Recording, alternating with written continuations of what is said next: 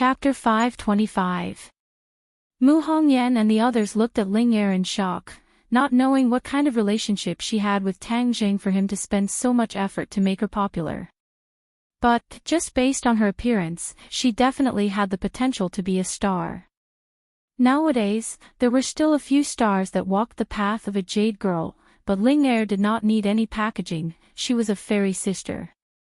Ling Er covered her small mouth and looked at Tang Jing in surprise, saying, "Master, you want me to be a star?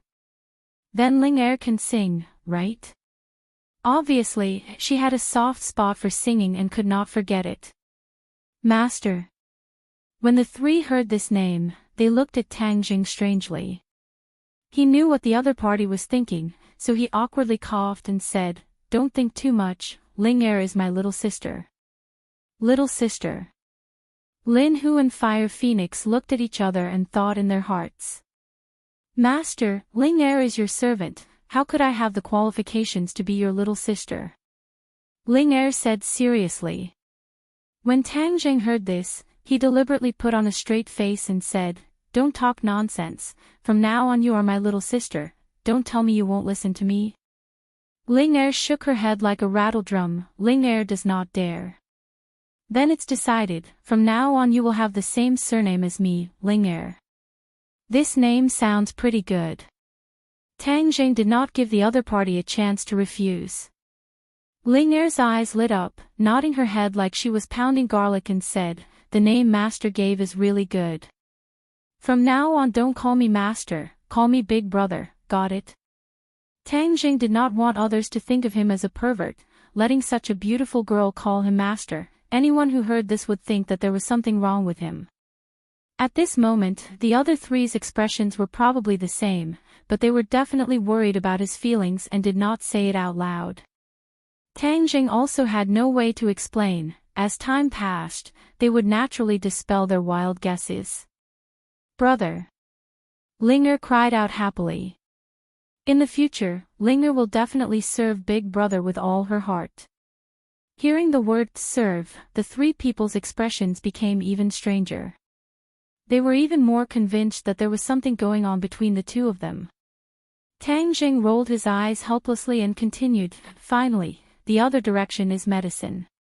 Mu Hongyan recalled the miraculous effects of the life-continuing pill, and her expression became excited. There was no doubt that Tang Jing had an innate advantage when it came to this industry. Moreover, after this industry became bigger and stronger, it would have a greater influence than other industries because this was a matter of life and death. Therefore, Mu Hongyan was not stingy with her praise. "That's a great idea." Tang Jing also laughed, and said, "However, in this aspect, we need a medical professional to be a consultant." Mu Hongyan laughed and said, "Aren't you one? You can be considered a saint of apricot woods. You're much better than many so-called famous doctors." "Huh, you're overpraising me. I can't even be considered half a bucket of water." Tang Jing knew his own limits. He might be able to find some pill recipes, but these things could not be mass-produced. Just like the life-continuing pill, if it was mass-produced, then it would not be worth much and would cause chaos in society. Moreover, this thing could not be mass-produced. Mu Hongyan looked at him suspiciously. She did not understand why he was so modest. "I found a consultant who is thousands of times better than me." In this world, there is someone who is thousands of times better than you in the field of medicine. Mu Hongyan did not believe it. "The king of medicine." Tang Jing revealed the answer. Although the king of medicine was his disciple, in his heart, the king of medicine was much better than his master in the field of medicine. He had more right to speak. Mu Hongyan said excitedly, "Senior king of medicine. Would he be willing?" "I heard that many pharmaceutical companies and large hospitals want to invite the king of medicine, but he rejected them all." Tang Jing was full of confidence. "You'll know when the time comes, but I'll need you to do the specific preparations." Mu Hongyan was full of confidence. With the support of such a powerful consultant, what reason would there be for failure? Don't worry, but with such a big mess all of a sudden, your money is only enough for the initial investment. You'll definitely need more money later. Don't worry, money is not a problem. Then there's no problem. In addition, since we want to be big and strong, then we can't choose the location of our headquarters in ordinary balance. Mu Hongyan said. Ordinary balance was not even a third-tier city, so it was impossible to choose the location of such a large business empire's headquarters. Tang Jing thought for a moment and said, then where should we go? Beijing. It's the economic, political, and cultural center. Only in Beijing can we expand our influence. Tang Jing nodded his head, okay. But Beijing is a mixed bag of crooks and dragons, and there are many local tyrants. It's also a place where many powers gather, so the difficulties we'll face will be greater. Mu Hongyan said truthfully. We're not afraid of difficulties, but we need to have the courage and boldness to face them head-on. Tang Jing said fearlessly as he waved his fist. Mu Hongyan looked at him approvingly. She thought that this boy was maturing little by little.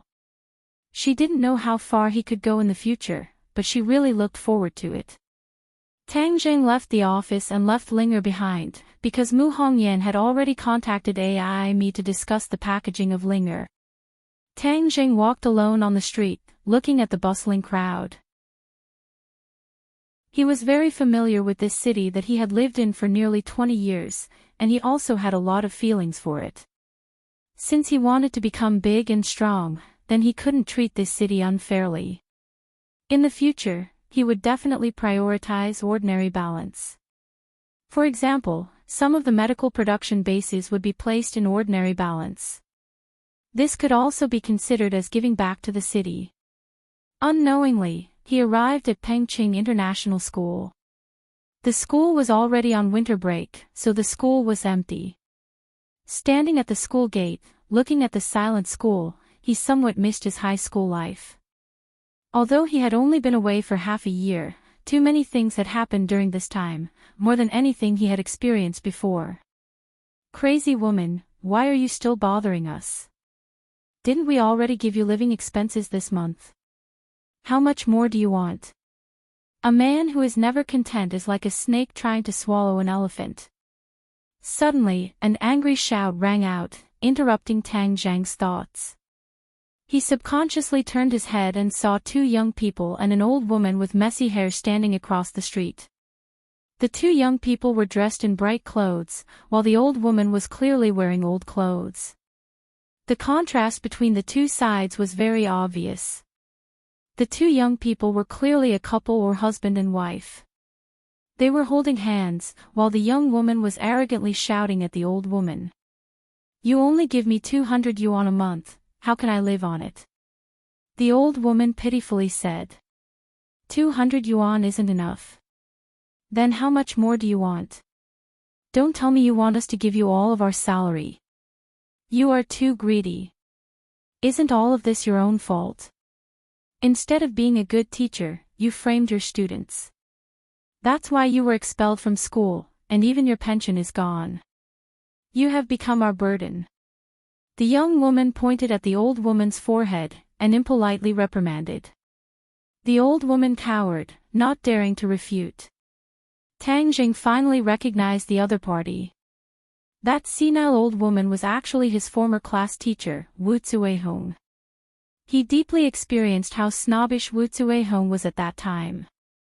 Even so, he didn't have much hatred for Wu Zuihong.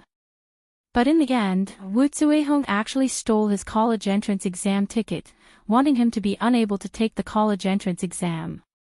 This kind of vicious method thoroughly angered Tang Jing. Thus, he used his battle spirit to scare her silly. He heard that she was directly expelled by the school. But now it seemed that her spirit had returned to normal, but her life was too poor. The young couple was his son and daughter-in-law. Tang Jing had seen them come to school before. It seemed that she was disliked by her son and daughter-in-law. Husband, let's go. Don't pay attention to her. Having this kind of mother is really too embarrassing. The young woman grabbed her husband's hand and walked away. From beginning to end, the man didn't say a word. Wu Zuiheng was in a daze, but there was nothing she could do. She went to the trash can and finally found 2 mineral water bottles. She tightly held them in her hand and then went to look for the next trash can. Tang Jing silently watched. The other party obviously didn't see him, and Tang Jing didn't feel sad or happy. He didn't feel relieved because Wu Hongzue was not worthy of his anger or hatred. She was an insignificant person. If he hadn't met her today, Tang Jing probably wouldn't have remembered her. Of course, he wouldn't pity her. A pitiful person must have a hateful side. All of this was her own fault. If she hadn't treated Tang Jing like that, she wouldn't have fallen to this point. She was so tough in school, but the son she taught was like a soft egg. He actually treated his own mother like this. What an unfilial son. Tang Jing muttered to himself, but was suddenly startled because he remembered the face at the door this morning. If Wu Zuiheng's son was an unfilial son, then what was he? He guiltily shook his head and comforted himself, my situation is different from his. Even if they really are my parents, they abandoned me and didn't fulfill their responsibilities as parents. What qualifications do they have to redeem everything? But looking at the other party's attitude, it seemed like they wouldn't give up until they won back Tang Jing's heart. What should he do? What's troubling you so much that you're frowning so much? Suddenly, a person walked over and asked curiously. Tang Jing suddenly raised his head and saw a familiar person. Why are you here? Suing Tian said with a smile, you caused such a big commotion at the base. If I didn't come, would the dragon group come to find you first? Hang, it's good that they came. I was worried that Xing Feng wouldn't appear. Tang Jing hatefully said. Xing Feng has already been scared to death by you. Right now he's hiding in the capital with layers of guards around him. It won't be easy to touch him. Suing Tian said. There's nothing in this world that is impossible. Tang Jing disagreed. Suing Tian shook his head. You want to assassinate him, right? Tang Jing didn't reply, which could be considered a tacit agreement. Chapter 526. Tang Jing's face was expressionless, but his heart was moved. Suing Tian's words were not without reason. Xing Feng was only a puppet. If they killed him, the people behind him could push out others. It would be an endless stream, and Tang Jing would be exhausted. Moreover, the country would not remain indifferent to assassinate an official of Xing Feng's level. That was because it was a challenge to the country's prestige. Just how powerful was the strength of the state of Qi, Tang Jing did not want to test it out. Could it be that only he can kill me, but I can't do anything to him? Tang Jing asked indignantly. Suing Tian's lips curled. He knew that he had finally convinced Tang Jing. He continued, of course not. We have to set our sights further. What we are dealing with is not just Xing Feng, but the people behind him. As long as we completely topple his backer, he will be like a snake without its fangs pulled out. He will not be much of a threat. At that time, no matter how you deal with him, no one will say anything. Tang Jing looked at Suing Tian with a burning gaze. Are you trying to clear things up for him? I, Suing Tian, am not that bored. I am doing this for you, not for him. An outstanding young man like you will not make such a grave mistake because of Xing Feng and ruin your future. Suing Tian said sincerely. Oh, so kind. Tang Jing was not a 3-year-old child.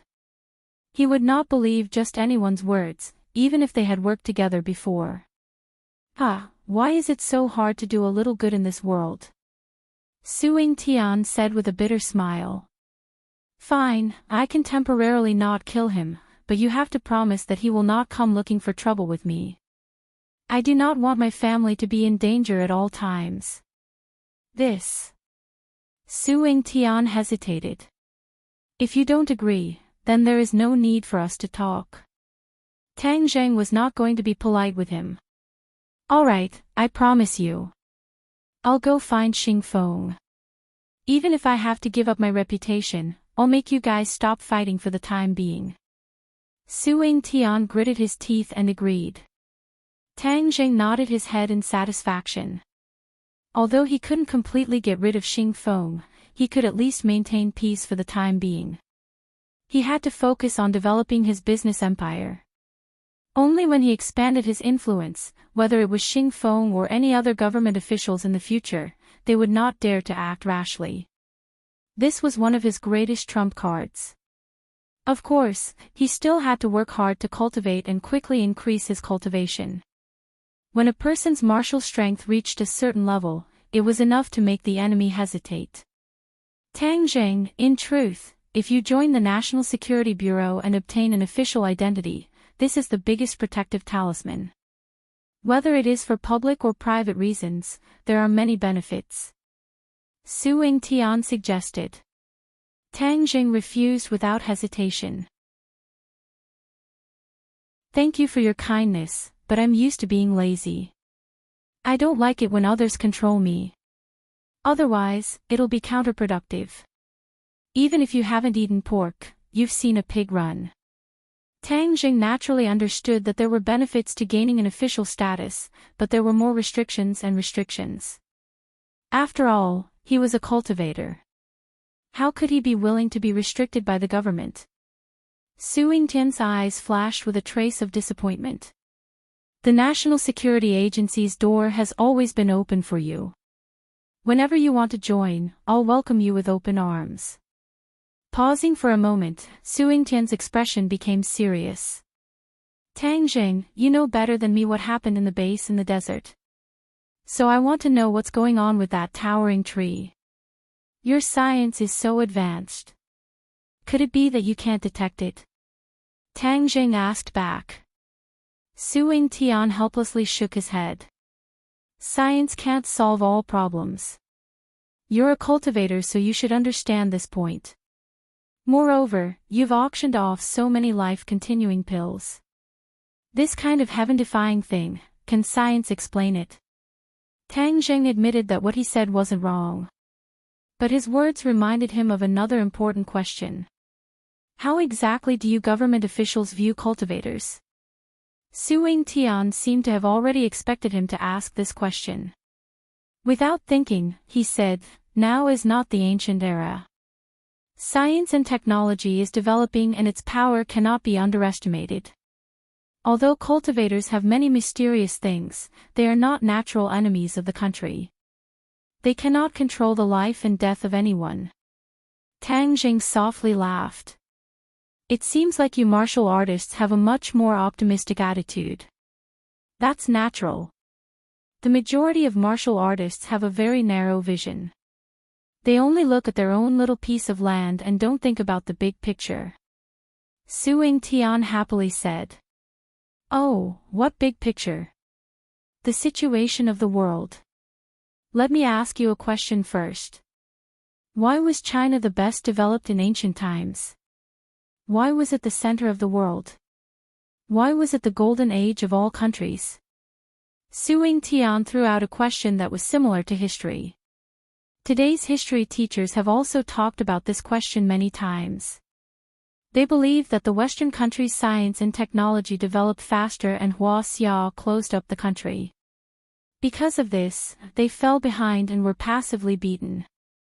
But the answer Su Ying-tian wanted was definitely not this. Tang Zheng couldn't help but bitterly think about it. Hua Xia's decline began in the last dynasty. After the cultivators were expelled, Hua Xia gradually declined and was even bullied by the Western countries. Suddenly, a light flashed in his mind. His eyes widened in shock as he stared at Su Ying-tian. He bewilderedly said, could it be that all of this is related to the disappearance of cultivators? Su Ying-tian nodded his head in praise. The younger generation will surpass us in time. Many people bitterly ponder over this question for several decades before they can understand it, but you can understand it with just a hint. Tang Zheng still felt like he was shrouded in fog and said, "But I still don't understand what exactly is going on." It's very simple. Before the cultivators were expelled, they were the most powerful group in the world. Whether it was Huaxia or the West, there was no one who could contend against the cultivators. And the cultivators are a unique product of our Huaxia. They don't exist anywhere else. In addition, in ancient times, the West was a barren land. Normal people were not willing to set foot in it and their development was very slow. These barren people greatly respected Huaxia, so they sent envoys from thousands of miles away to worship and learn from them. Many of Huaxia's technologies were learned by them. Ever since the disappearance of the cultivators, the Western countries were no longer restrained by the cultivators, so they developed rapidly and uncontrollably. Their science and technology changed with each passing day, which was why the Western powers bullied my Huaxia, causing Huaxia to suffer a history of humiliation that had never happened before. Su Tian sighed after he finished speaking, feeling extremely moved. Perhaps New Era never dreamed that the expulsion of the cultivators would leave behind such a huge problem, almost bringing Huaxia into a situation of eternal damnation. When Tang Zheng heard this, he was flabbergasted. These words had a huge impact on him. He had always been worried that the cultivators would carry out inhumane revenge when they returned to this world, so he had always been hesitant about whether or not he should let them return to this world. According to Su Tian, weren't the cultivators the gospel of this world? With the cultivators, this country could once again soar and stand at the peak of the world. If the cultivators returned to this world, wouldn't it be of great benefit to the country? Tang Zheng couldn't help but ask.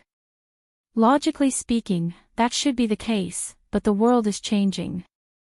After all, after so many years, we can't figure out what the cultivators have become, so we have to be cautious about this matter. Moreover, the cultivators have already been expelled, how can they return to this world? Didn't the demon god come back from the sky beyond? Tang Zheng reminded.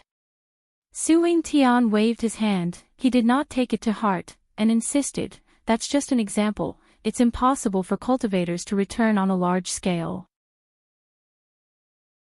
Tang Zheng understood that the demon god could use the mountain river blood sacrifice array to summon the demon clan back, but the officials did not know about it, and Li Xiaotian did not tell the officials about it, otherwise, Su Tian would not be so confident that the cultivators would not return on a large scale. Tang Zheng thought about it, but did not tell the other party this news, because words were not proof, he could not determine the true attitude of the officials towards the cultivators just based on these words. The officials were very cunning. What if Su Tian was just throwing a smoke bomb, and did not have good intentions towards the cultivators? They had to be careful. Actually, the martial artists are very powerful now. If there is a balance between the cultivators, it is actually good for the country. Su Tian added. Cultivators and martial artists are like fire and water, I'm afraid there is no chance for them to get along peacefully. Tang Zheng said. It's better to have a balance when there is a struggle. Su Tian did not care. Tang Zheng understood, this was the official's favorite way to balance, letting the two forces fight each other, and he would benefit from it. However, the officials miscalculated one thing, the cultivators were stronger than they thought, whether it was martial artists or their self-proclaimed powerful technology, they might not be a match for the cultivators. Tang Zheng did not need to remind the other party, this would instead make them be on guard against the cultivators. Let's return to the main topic, what is going on with that big tree? Su Tian said. It is called the Tree of Life, it is said to be the origin of all living things, it can emit pure spiritual energy, improving the environment and air between heaven and earth. Tang Zheng paused for a moment, suddenly having a strange idea, he laughed involuntarily, maybe, the haze that shrouds everywhere will gradually dissipate under the influence of the Tree of Life. Su Tian was slightly startled, and seriously said, does it really have such a miraculous effect? You must have seen the yellow sand under the tree of life. There is already green grass growing on it. This cannot be faked. Tang Jing reminded. Su Tian sighed emotionally and said, let me tell you, these few days the grass is still spreading outwards. According to the experts, it will not be long before the boundless desert becomes a grassland, suitable for humans to live in. Tang Jing cried out in surprise and said, it seems that the effect is better than I expected, so it really is not a lie to say that it will improve the air. Perhaps the Tree of Life will be able to solve the problems of the Environmental Protection Department.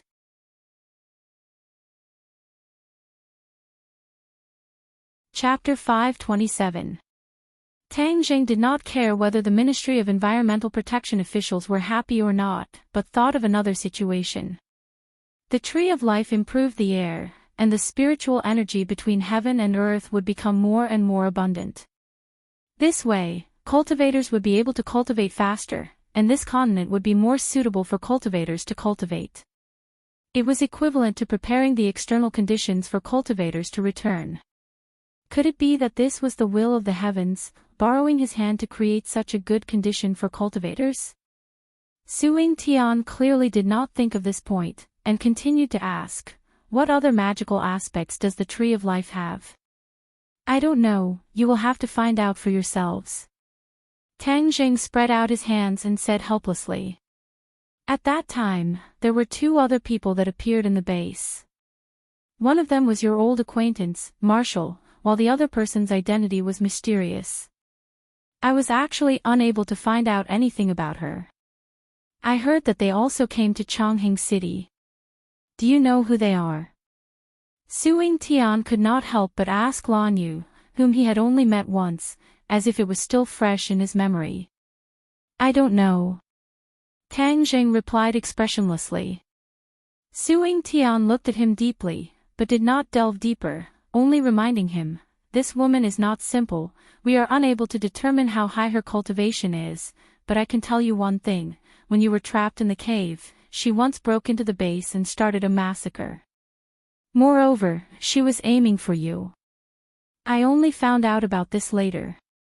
Tang Zheng's heart moved, she actually broke into the base for him, and even started a massacre. This was something he did not expect. One of the dragon group's mecha was destroyed by her hands. If you meet her, do not lower your guard. Su Tian warned. Tang Zheng's head thumped. The opponent's strength was too strong. Tang Jing had to use a Herculean effort, and even had to use the four symbols venerable to defeat the mecha, but the opponent was able to do this alone. It was not easy. Then she was determined to improve her relationship with Tang Jing. What could he do? Could he forcefully drive her away? The opponent was so powerful, he might not be able to do this. I wonder where she went. He subconsciously started to think, but he did not think that Lan Yu would have gone to find her grandfather directly. Lan Yu personally visited the recycle bin. When she stood in front of the mountain of junk, she couldn't help but frown. She was a bit of a clean freak. If it were in the past, she would never have come here. But now, she had no choice but to come. Besides, she also wanted to see the old man who had painstakingly raised Tang Jing. She held her breath and walked into the yard of the recycling station. It had been expanded a lot. This was the result of the hard work of Tang Dahai and a group of old fellows in the past 6 months. Their recycle bin was doing very well. Even if Tang Dahai was taken away, a few old fellows were struggling to maintain it. Seeing that Tang Dahai had returned, the group of old fellows seemed to have found their backbone again. They rushed to tell each other and were overjoyed. Excuse me, is Mr. Tang Dahai around? Lan Yu took the initiative to ask. The group of old fellows in the yard all turned around and looked at the two strangers. Without a doubt, Lan Yu and Wu's temperament was incompatible with the environment. With a single glance, they could tell that the other party's identity was not ordinary. Many old fellows immediately became uneasy. They looked at the two of them uneasily and then looked at Tang Dahai. Tang Dahai walked out and suspiciously looked at the two of them and said, I am Tang Dahai. Why are you looking for me? In the past 6 months, after Tang Zhang had consumed the life-continuing pill, he was in high spirits. Moreover, his life had greatly improved and his temperament had also undergone a great change. If he were to walk out alone, he would definitely not be treated as an old man picking up junk. However, the honest smile that he was born with still hung on his face. Lan Yu stared at Tang Dahai, as if she wanted to see every detail of him clearly. Although Tang Dahai had changed a lot, the meticulous Lan Yu could still see the traces left behind by the burden of life on his body. Lan Yu took the initiative to extend her hand and politely said, "Old man, hello, my name is Lan Yu. Nice to meet you." Tang Dahai politely said, "May I ask who you are? What business do you have with me?" Lan Yu glanced at the others and said in a low voice, "Can we find a place to talk?" Tang Dahai muttered to himself for a moment, then led the way, "Please follow me." Leading the two of them to the door of a room, Lan Yu gave Wu a look. Wu nodded in understanding and stood at the door with his arms crossed, like a door god. The others whispered to each other, discussing who these two people were to put on such airs. Tang Dahai was also guessing the other party's identity. He poured a cup of water for Lan Yu and asked straightforwardly, "Can we talk now?" Lan Yu's expression became serious and said, "Old man, I want to hear the details of how you picked up Tang Zhang." "Little Zhang." Tang Dahai was startled, his expression became strange. "This is already an adult's past, it's not worth mentioning. But I'm very interested. I wonder if old master can let me get what I want." Lan Yu looked at the other party with a burning gaze, and asked without giving up. Tang Dahai was not an idiot. Now that so many things had happened, and the other party was obviously here for Tang Jing, he immediately thought wrongly. He thought that the other party was here to cause trouble for Tang Jing again, which was why he wanted to get to the bottom of the matter. The old man's heart was filled with a rare anger, and he said indignantly, "Are you people done yet? How did my grandson offend you? Why do you want to kill him?" Lan Yu was startled for a moment, then immediately understood that Tang Dahai had misunderstood her. She felt a little sad, but also a little relieved. At least Tang Dahai was truly concerned about Tang Jing, and this relationship between grandfather and grandson was not the least bit fake. Lan Yu was not angry, but instead gently explained, "Old man, you misunderstood. I am not here to deal with Tang Jing. I have no ill intentions towards him, towards you." "Hang, you still want to lie to me? Seeing that you are so beautiful, why do you like to lie so much? Let me tell you, you can't lie, you will suffer the consequences of your own actions in the future." Tang Dahai sincerely taught. "Old master, I am telling the truth. I have no ill intentions towards Tang Jing, and will protect him at all costs," Lan Yu said with certainty. Tang Dahai was stunned, and looked at the other party dumbfoundedly, and asked in bewilderment, "You're not one of those people who came to cause trouble for little Zhang?" Lan Yu shook her head, "Of course not." "Then who are you?" Lan Yu hesitated for a moment, and said, "I am his biological mother." "Ah!" Tang Dahai cried out in alarm, and jumped up from his chair. He stared at Lan Yu in disbelief, and stammered, You. For a long time, he was unable to say a word. In fact, he had fantasized that Tang Zhang's family would come to find him, but after waiting for nearly 20 years, not a single person came to find Tang Zhang. In the end, he no longer held any hope, and guessed that maybe when the other party abandoned Tang Zhang, they never thought that they would come to find him again. But at this moment, a living person stood in front of him, and said that she was Tang Zhang's biological mother. How could he not be surprised? Outside the house, a group of old fellows heard Tang Dahai scream, and looked at each other at the same time, thinking that maybe the woman wanted to harm the old fellow. The group of people became excited, and shouted as they rushed forward, "You are not allowed to hurt old Tang, or else we old fellows will fight it out with you." Wu stood at the door, and with one man guarding the pass, 10,000 people could not get through. who could break through, but she did not make a move on these people, and only used a gentle force to shake them all away. Hearing the shouting outside the door, Tang Dahai hurriedly said that he was fine, and told everyone to disperse and not to worry about him. Only then did the group of old fellows give up. Tang Dahai finally calmed down, and his eyes became very complicated. He bitterly asked, "Why is it that after so many years, all of you did not ask about little Jing, and only came to find him now? Do you know how much he wanted you to come find him when he was young, so that he could have a father and mother, and a complete family?" Hearing this, Lan Yu's brows revealed a pained expression, and said, "I always thought that he was no longer in this world, but the heavens pitied him, and let him meet a kind person like you." No longer in this world. If I hadn't accidentally picked him up back then, I'm afraid that he really wouldn't be in this world anymore. Tang Dahai said snappily. Yes, this is all my fault. Back then, I didn't protect him well, and was a villain who harmed him. This is all because I didn't fulfill my responsibility as a mother. Old master, no matter if you scold me or hit me, I won't have a single word of complaint, because I brought this upon myself. Lan Yu was dejected, and said with tears in her eyes. Someone wants to harm him. But he's still a baby. Who could be so heartless? Tang Dahai would not hit or scold her, but he was shocked by this news.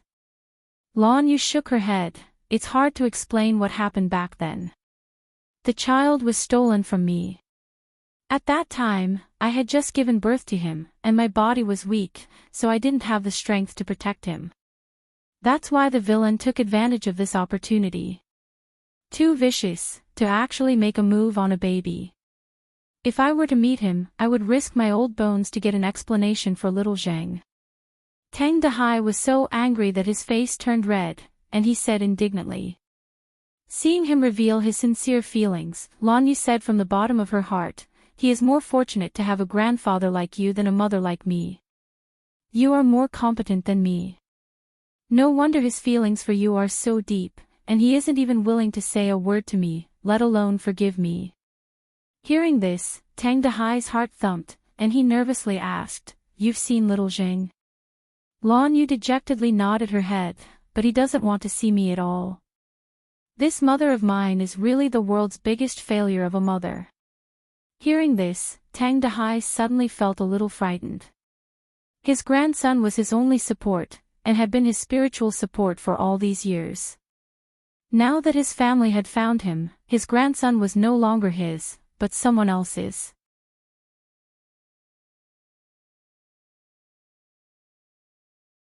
Chapter 528. Lan Yu's eyes were sharp and her hands were quick. She immediately supported him and called out, "Old master, what happened to you?" Tang Dahai was hit by this sudden turn of events. He fainted and lost consciousness. Unable to wake him up, Lan Yu was deeply afraid that he would have an accident. Then, she really didn't want to recognize Tang Jing, so she hurriedly picked up the old man and rushed out. "Let's go to the hospital." When the other old fellows saw this, they turned pale with fright. "What did you do to old Tang? If you dare to hurt him, his grandson little Zheng will not let you off." Wu was also stunned for a moment. He thought to himself, could it be that mistress had injured him? She didn't have time to think about it carefully. Seeing that her mistress had already rushed out of the courtyard, she quickly chased after her. Tang Zhang and Suing Tian parted ways. Suing Tian returned to Beijing with the information he needed. He also wanted to fulfill the promise he made to Tang Zhang and get Xing Feng to stop fighting for the time being. Tang Zhang had just walked to the entrance of the neighborhood when he saw an old man rushing over. He recognized that this man was one of his grandfather's old friends. "Little Zhang, something big happened to your grandfather and he was sent to the hospital." The old man's face was red as he said breathlessly. Tang Zhang's expression suddenly changed, and he hurriedly asked, "What happened to my grandfather?" "Two women came to look for him today. I don't know what happened in the room. Your grandfather was carried out and unconscious." The others have already chased him to the hospital. I specially came to inform you. 2 women. Tang Zheng's eyes flashed, he guessed that it must be that woman and Wu. Speaking of which, he still did not know what that woman's name was. However, at this moment, he did not have a good impression of these 2 people, only a burning anger. They actually went crazy and attacked his grandfather. That was absolutely unforgivable. He immediately hailed a taxi and sped to the hospital. At the entrance of the hospital, he immediately saw Wu. Wu also saw him and quickly walked over to welcome him. However, before she could even open her mouth, she saw Tang Jing attack. This move was extremely sharp. Marshall hurriedly blocked it, but with a muffled bang, she flew out like a kite with a broken string, fiercely crashing into the wall. Tang Jing didn't give the other party a chance to speak. His anger exploded. When the others saw his murderous look, they all kept quiet out of fear. Tang Jing coldly snorted, he did not care about Wu at all. Moreover, this move could not harm her life, it was just a small lesson. Ignoring Marshall, who was struggling to get up, Tang Jing had already rushed through the door. Marshall's face was pale, a trace of blood flowed from the corner of his mouth. He resisted the roiling blood and shouted weakly, 8th floor of the inpatient department. Tang Jing ignored her kind reminder. He couldn't wait to take the elevator. He rushed up the stairs like a whirlwind and went straight to the 8th floor. From afar, he saw an old friend of his grandfather walking out of a ward. He immediately ran over and saw his grandfather lying on the bed. There were a few people around the bed, and Lan Yu was among them. You woman, what a vicious heart. I want to take revenge for my grandfather. He rushed towards Lan Yu like a madman, his fingers like a sword, attacking Lan Yu. Lan Yu raised her head to look at him, her face revealing a pleasantly surprised expression. When she saw him crazily attacking her, she did not dodge, nor did she counterattack. She allowed this fierce attack to hit her body. She took a small step back, but the corner of her mouth carried a gentle smile as she looked kindly at Tang Jing. Tang Zhang's originally prepared continuous attacks came to an abrupt end. He did not expect that the other party would not resist at all. From beginning to end, he had a kind smile on his face. This smile seemed to have a magical power, causing his following moves to instantly collapse and be unable to be used. You! Why didn't you fight back? Could it be that you know you're in the wrong? Lan Yu gently said, I won't do anything to my own child. This is a mother's instinct. But you hurt my grandfather. This is unforgivable. Tang Zhang's killing intent soared. He was about to make a move when he heard 2 voices shout in unison, Stop! Wu stood at the door, panicking. He leaped in front of his master's wife to protect her. He flew into a rage, Tang Jing, you sure have guts. You dare to make a move on your master's wife. Little Zheng, you absolutely can't. This is disgraceful. Tang Dehai, who was lying on the bed, had already woken up. Seeing this scene, he bitterly cried out. Hearing his grandfather's voice, Tang Zheng was wild with joy. He turned around and pounced towards his grandfather. Seeing that his grandfather's face was pale, but his life was not in danger, he let out a big sigh of relief. He held his grandfather's hand and asked with concern, Grandfather, how are you? Where did she hurt you? Little Zheng, you almost made a big mistake. How could you make a move on her? Tang Dehai anxiously said. She hurt grandfather. Of course I have to make a move. Tang Zheng said without thinking. Who said she hurt me?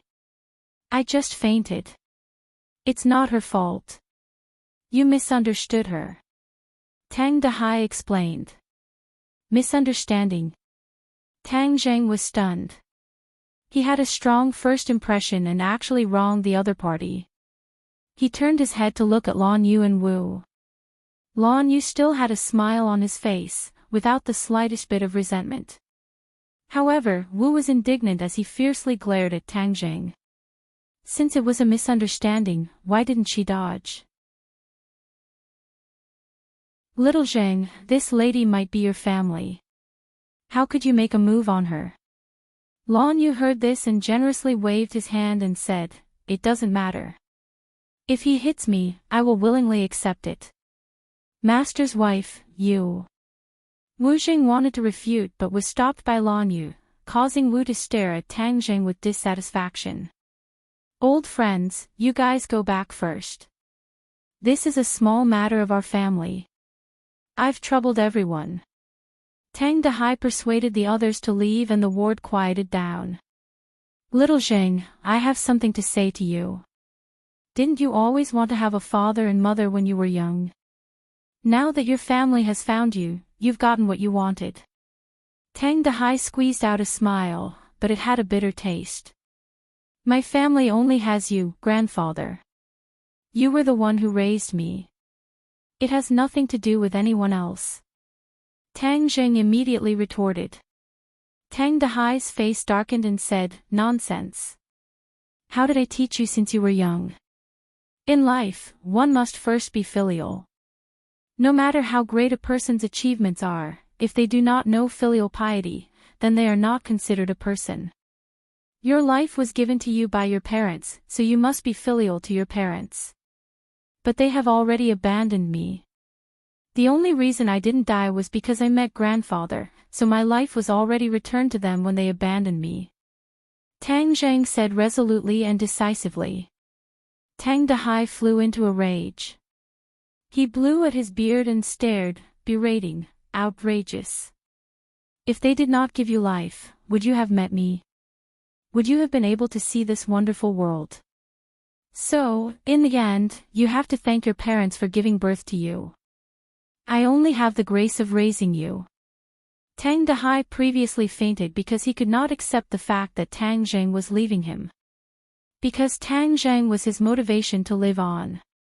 But now that he had recovered, although he still could not bear to part with Tang Jing, the principle of right and wrong in his bones prevented him from doing anything that went against the principle of righteousness. What was righteousness? The grace of his parents was a great grace. This was his righteousness. No matter what, he would not go against it. He also did not want Tang Jing to go against it and bear the infamy of being a traitor. This was Tang Dahai's most simple way of thinking. As a grandfather, he had the most sincere feelings for his grandson. Even if he felt wronged in his heart, he still had to protect his grandson. In my heart, grandfather's grace of raising me is greater than the grace of giving birth to me.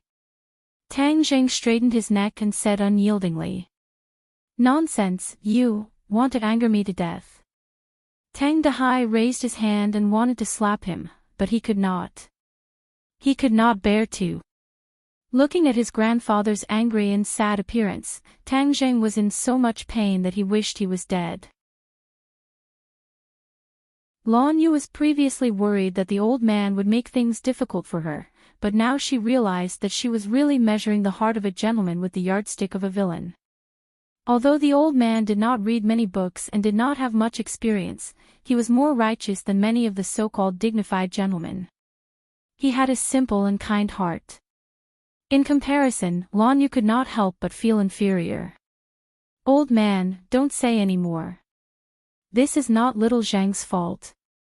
He is right, it is all my fault. As a mother, I was unable to protect my child. This is a mother's dereliction of duty. I do not have the qualifications to ask for anything else. Lan Yu suddenly knelt in front of Tang Dahai, tears flickering in her eyes as she said in a tearful voice. Master's wife, you absolutely cannot. Wu was shocked. In her heart, her master's wife had always been high and mighty, but at this moment, she was kneeling in front of an old man who did not know martial arts. She wanted to pull her master's wife up, but the other party was like a huge boulder, not moving at all. Tang Zheng was also a little surprised, and the anger that had been accumulating couldn't help but decrease a little. Tang Dahai was shocked, and immediately resisted the urge to sit up, pulling Lan Yu with all his might, shouting, You can't, I am an old man, how can you kneel to me? Hurry up and get up, get up. Lan Yu did not move at all, and said emotionally, Old man, you are little Zheng's grandfather, so you are my elder, so it is natural for me to kneel to you. Moreover, you raised him up, so even if I were to kneel in front of you, I would not be able to repay this kindness. Sigh, you're exaggerating. Quickly get up, little Zheng, what are you in a daze for? Quickly help your mother up. Tang Dehai ordered. Although Tang Zheng was unwilling, seeing that his grandfather was about to get angry, he reluctantly supported Lan Yu. Lan Yu looked at him in a daze, but still did not move. Tang Zheng fiercely used his strength, but the other party was still as steady as a rock. Only now did he understand that Su Yingtian was not lying, her strength was truly unfathomable, and he was definitely not her opponent. Just now, she could easily dodge his attack, but she did not dodge. Old man, this is what I should do. I kneel down, not only to thank you for your kindness, but also to atone for my own sins. Lan Yu said. What sin? What sin? If you still want to kneel, then I will also get off the bed and kneel. Tang Dehai had never been kneeled in his life.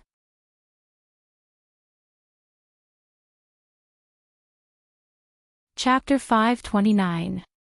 Tang Dehai did not like others kneeling to him, nor was he willing to kneel to others. Moreover, how could he, who was simple in his bones, accept such a big gift? Lan Yu was forced to stand up and support Tang Dehai. Old man, lie down first. Don't tire yourself out. Tang Dehai let out a long breath, the corner of his mouth squeezed out a smile and said, You mother and son have reunited. Have a good chat first. I have nothing to talk about with her. Tang Zheng said with a straight face. Who said there is nothing to talk about?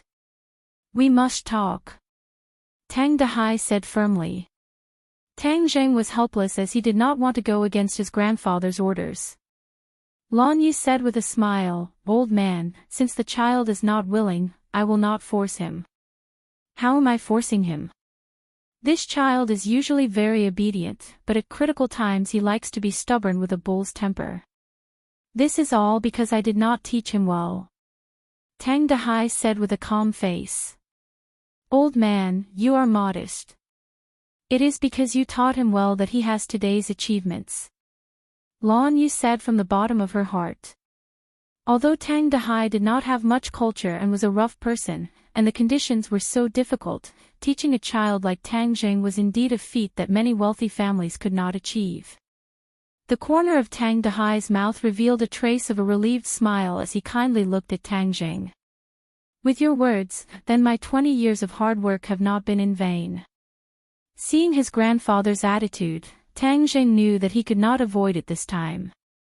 He said to Lan Yu in a bad mood, Come out and talk. Lan Yu was flattered and hurriedly nodded, Okay, let's go out and talk. Tang Dehai did not forget to remind him, Little Zheng, speak properly. Don't put on a bitter face, understand? Tang Zheng reluctantly squeezed out a smile at his grandfather and walked out of the ward with Lan Yu. When they arrived at the stairwell, he looked at her with an unkind expression and said, I don't know what you are planning. You actually went to find my grandfather and angered him to the point of being hospitalized. Do you think I will forgive you? Lan Yu's face was full of shame. She took a deep breath and said, Child, I don't dare to ask for your forgiveness. Before I went to find the old man, I didn't think that things would turn out like this. This is my fault. I apologize to you. Looking at her sincere expression, Tang Zheng could not help but think of the martial order sect master. These two people seemed to be very different. The martial order sect master always had a straight face and did not smile, giving Tang Zheng the impression that he was cold and heartless. However, Lan Yu really had too much of a motherly radiance. He had made things difficult for her time and time again, and even attacked her, but she did not complain at all. Instead, she took the initiative to admit her mistakes and ask for forgiveness. Everyone's heart was made of flesh. Tang Zhang's tone also softened a little. Then what exactly do you want? I just want to see you. I want to hear how you've been through all these years. I want to have another me in your life from now on. Lan Yu said expectantly. Tang Jing frowned and asked, You're so sure that I'm your son? Of course. Perhaps before I saw you, I would have doubted it. However, after seeing you, this feeling of connection between mother and son will not lie to me. Hang, how come I don't feel it? Tang Zhang said without any trace of politeness. You will feel it in the future. Lan Yu said without any objection. Then why did you abandon me in the past? This was the question that Tang Zhang was most confused about. When he was young, he had asked the sky many times, but no one answered him. Even though he was now an adult, he still wanted to know the answer to this question. It's a long story. In short, as a mother, I did not protect my own child. This is my fault. Lan Yu did not try to defend herself. Instead, she took the blame. I don't need such a general answer. I want a detailed answer. Tang Zhang was not satisfied. Don't worry, I will tell you the whole story. This is related to the martial order's complicated matters. It is not something that can be explained in a few words. Moreover, this is related to the safety of your life in the future. In the future? Could it be that I'm still in danger? Tang Zhang was flabbergasted. Lan Yu nodded, yes. Back then, someone wanted to harm you. Although the main culprit is no longer in this world, he still has some remnants. If he knows that you are still in this world, I'm afraid that he will not let this matter rest and will harm you. Tang Zheng laughed coldly and said, Back then, I was just a baby in swaddling clothes. You could decide my life and death at will. However, I am no longer a lamb waiting to be slaughtered. If you want to kill me, it won't be that easy.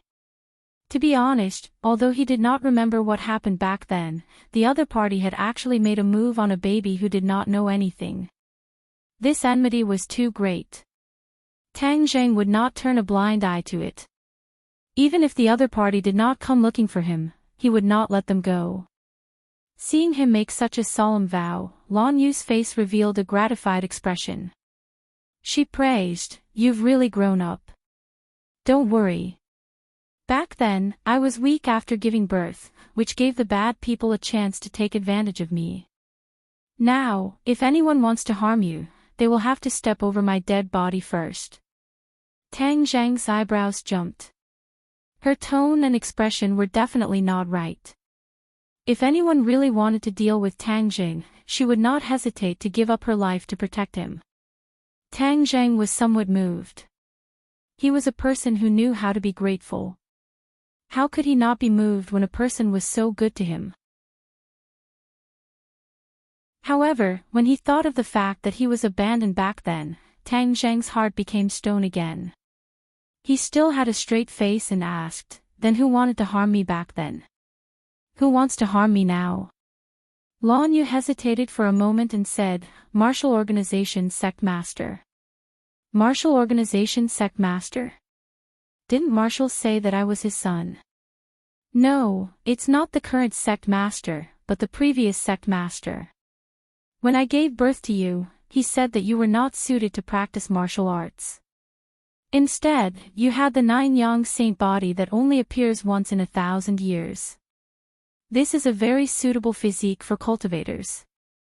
The martial organization's mission is to kill all the cultivators in the world. He immediately decided to kill you to prevent you from becoming a powerful cultivator that can threaten martial artists in the future. Tang Zhang's heart was in turmoil. The previous martial organization sect master really had a pair of fiery eyes. He actually recognized his physique. Moreover, he knew too much. He knew that this kind of rare physique would not be small and would threaten the existence of the martial organization. The previous sect master decided to sacrifice your little life in order to prevent the martial organization from being ridiculed by the world. All of this was done behind my back. By the time I found out, it was already too late. I thought that you had already fallen under his evil hands. Lan Yu said in agony. Why didn't I die? Why did I come to this ordinary balance? Lan Yu shook her head. I don't know either. I'm afraid that only one person knows the answer. Who? Your birth father, my husband, the current martial organization's sect master. Him. Tang Zheng could not help but recall that stern face. From his eyes, he could see the kindness of a father. On the contrary, it was the decisiveness of a superior. Why is he the only one who knows? Because of the jade pendant on your body. That jade pendant is the keepsake of the successor of the martial organization's sect master. Back then, your father was the successor of the martial organization's sect master. This jade pendant was always with him. Later on, it appeared on your body. Therefore, only he knows what happened back then. Lan Yu also wanted to know the answer. She could not wait to fly back and ask her husband clearly. Then where did the previous sect master go? Towards this enemy, Tang Zheng could not ignore it. He's already dead. He got lucky. Since he's dead, why do you say that I'm still in danger? Although he's dead, his influence still exists. Although the martial sect has a new sect master, many old people are still thinking about the old sect master. If they knew that you weren't dead, these old people would definitely not let this matter rest. Tang Zheng frowned and said, that's not right. Since that's the case, then why is this sect master still thinking about it and asking Wu to do everything he can to get me to go to the martial sect? Isn't this throwing himself into a trap? This. I know that too. Lan Yu shook her head. Tang Zheng rolled his eyes, and with a flash of inspiration, he said, could it be that he wants to kill me like the previous sect master? But in the next moment, he rejected this thought. If the other party really wanted to make a move on him, then he wouldn't have sacrificed his martial arts to save his life in the 10,000 huge mountains. No, he's your father after all. How could he do anything to you? As expected, Lan Yu immediately retorted. Tang Zheng was unable to calm down after all. He asked snappily, back then, your body was weak and you couldn't protect me. Could it be that his body is also weak? No, you don't know how powerful the old sect master is. No one is his match. In the martial sect, his words carry weight. Even the successor doesn't dare to go against him. Could it be that if the other party wanted to kill his son, he would turn a blind eye to it? Tang Zheng asked disdainfully. Lan Yu was speechless. Although Tang Zheng was furious, his interest was also piqued. Back then, this matter was undoubtedly a secret of the martial sect, and no one else would know about it. Since he was involved, then he had to get to the bottom of it. No matter what happened back then, in short, this was too cruel to an infant child. Today, you guys are spouting nonsense, so don't think that I can easily forgive you guys. Furthermore, my surname is Tang now, not any other surname. Tang Zheng said resolutely. Right, what is the current martial sect master called? He was an orphan adopted by the old sect master. He followed the old sect master's surname Wu and was named Jun Shan. However, very few people know this name. Lan Yu said. Wu Jun Shan. Tang Zheng muttered and said happily, fortunately, I didn't stay in the martial sect. Otherwise, using this surname would be a lifetime of shame. Seeing him so resolute, Lan Yu didn't correct him. Perhaps, in her heart, she also had a natural resistance to this surname. Child, it's impossible for your identity to be hidden from too many people. As long as they know about this matter, they definitely won't let it go. So, from now on, you have to stay by my side so that I can protect you, Lan Yu warned. I don't need your protection. Tang Zheng flatly refused. Lan Yu stubbornly said, I know you are angry at me, and I also know that you are very powerful. However, the enemy cannot be underestimated. When they join forces, the explosive power will put you in danger. I have the responsibility and the obligation to protect you. Just treat this as making up for my mistake back then. Tang Jing didn't appreciate her kindness and coldly said, there is no need. Counter soldiers with arms, water with an earth weir. I have been like this for so many years, and I will be like this in the future.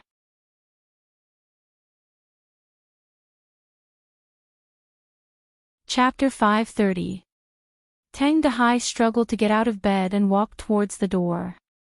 Coincidentally, he saw Tang Jing and nervously asked, Little Jing, how did your talk go? Tang Dehai's heart was very complicated. He wanted Tang Jing to follow the righteousness, but he was also afraid that he would abandon him. Tang Jing hurriedly supported him and said, Grandfather, why are you getting out of bed? Go lie down. I'm fine now. Staying in the hospital is too wasteful and expensive. I want to go home. Tang Dehai said, but he looked at Tang Jing with burning eyes. He was afraid that if he blinked, he would disappear from his eyes and he would never see him again. Seeing that his grandfather was indeed fine, he did not want to stay in the hospital during the new year. He nodded his head in agreement. Did you have a good talk? The old man was still concerned about this issue. We casually talked for a bit. Let's go home first. You're not going with her? Tang Dehai nervously asked. Tang Jing was startled. He saw the panic in the depths of his grandfather's eyes and said, Why should I go with her? The old man let out a sigh of relief. His eyes revealed a gratified look. After all, the grandson that he brought up was a filial person. He would not abandon this lonely old man. As if relieved of a burden, the sympathy in his heart overflowed. He advised, She is your mother. You have to treat her better. Grandfather, don't worry about these things. I'll go pay first and then go home. Lan Yu walked to the door and said, The money has been paid. Tang Zhang looked at her and did not say anything. He silently helped his grandfather out. At the door, Tang Dehai stopped and said, You came all the way to Ordinary Balance. You don't have a place to stay. Come to our house. Lan Yu's eyes flashed with excitement. If she could spend time with Tang Jing, it would definitely be beneficial to improve their relationship. But when she saw Tang Jing frown, she immediately suppressed this idea. If she went to Tang Zhang's house, he would definitely be unhappy. This would be counterproductive. Lan Yu smiled faintly and said, Thank you, old master. Rest well today. I will personally pay you a visit tomorrow. That's fine too. Outsiders are guests. If there's anything you need, please let us know. We'll definitely do our best as hosts. Tang Dehai said enthusiastically. Looking at the two of them walking into the elevator at the entrance of the corridor, Wu frowned and asked, Master's wife, how was your discussion? Although it wasn't very pleasant, this is also a beginning. I have the confidence to make him accept me as his mother again. Lan Yu's face was suffused with a motherly radiance as she said confidently. Wu was a little dazed as he watched. He hesitated and asked, Then should we tell Master about this? Lan Yu's face darkened, and said, Absolutely not. If some people in the martial sect know of Little Zhang's existence, then they will definitely not hesitate to assassinate Little Zhang. Wu, you must remember this, do you understand? Wu's heart trembled as he nodded and said, Don't worry, mistress. I will definitely keep my mouth shut. You can't even tell your master. Yesterday, he contacted me and asked me where I went. I only said that I was going on a sightseeing tour to relieve my boredom. Don't let it slip out of your mouth, Lan Yu warned. Is there a need to hide it from Master? Wu was very conflicted. Ever since she was young, she had been taught to follow her master's orders and not hide anything from him. But now, master's wife wanted her to break the rules, which made him unable to accept it. Lan Yu stared straight at Wu and said seriously, "Wu, let me tell you, this matter is of great importance. Other than the two of us, even your master must be hidden from us." "Why?" "He's Tang Zhang's father." Lan Yu did not explain, but coldly snorted in her heart.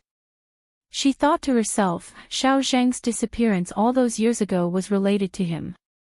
Although she believed that her husband was a person who did not eat his own child, she still had a grudge in her heart. After that incident, a huge crack appeared in the relationship between the husband and wife. They were separated on the surface and had already lived separately. She took care of her own flowers and plants every day without any distractions. She did not care about what her husband was doing and would only occasionally say a few words. This was because she had always blamed her husband for not taking good care of the child. She had even thought that her husband was involved in this dirty matter. In order to smoothly inherit the position of sect master, he compromised with the old sect master and used his own child's life to protect the position of sect master.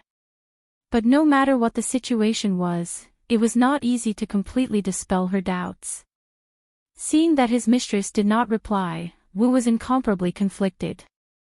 In the end, he comforted himself that his mistress would not harm his master, so he was forced to agree. Li Palace. Li Xiaotian stared blankly at the information in his heart. He could not believe it and muttered to himself, how could he not die? That cave is unfathomably deep, it's impossible for him to survive. What is the background of that towering tree? Why is it that every time Tang Jing sets foot in a place, such mysterious and unfathomable things will happen? Tang Jing escaped from death, so it won't be easy to kill him again. Suddenly, she said curiously, strange, why did Wu also run to the ordinary balance, and even run towards Tang Jing? What's strange is that he actually went with sect master's wife Lan Yu. It is said that Lan Yu has been in the martial sect for decades, never leaving the martial sect. This time, the sun must have risen from the west. She actually left the martial sect for Tang Jing. What is she doing? Even though Li Xiaotian was meticulous and cunning, he still could not guess the reason. Disciple, what's making you so worried? Suddenly, a slightly old voice sounded from behind her. Li Xiaotian's entire body was startled, as if he had a spring. He immediately shot up from the chair, turned around to look at the person who came, and respectfully bowed. Palace Master, you've come out of seclusion. Yes, this time seclusion was very fruitful. What made you so worried? This kind of situation is rare. An old woman walked in from outside the door. She did not have a fierce aura, just like an old woman from the countryside. Her silver hair was coiled on top of her head, and she supported herself with a walking stick. She staggered over and sat on the chair.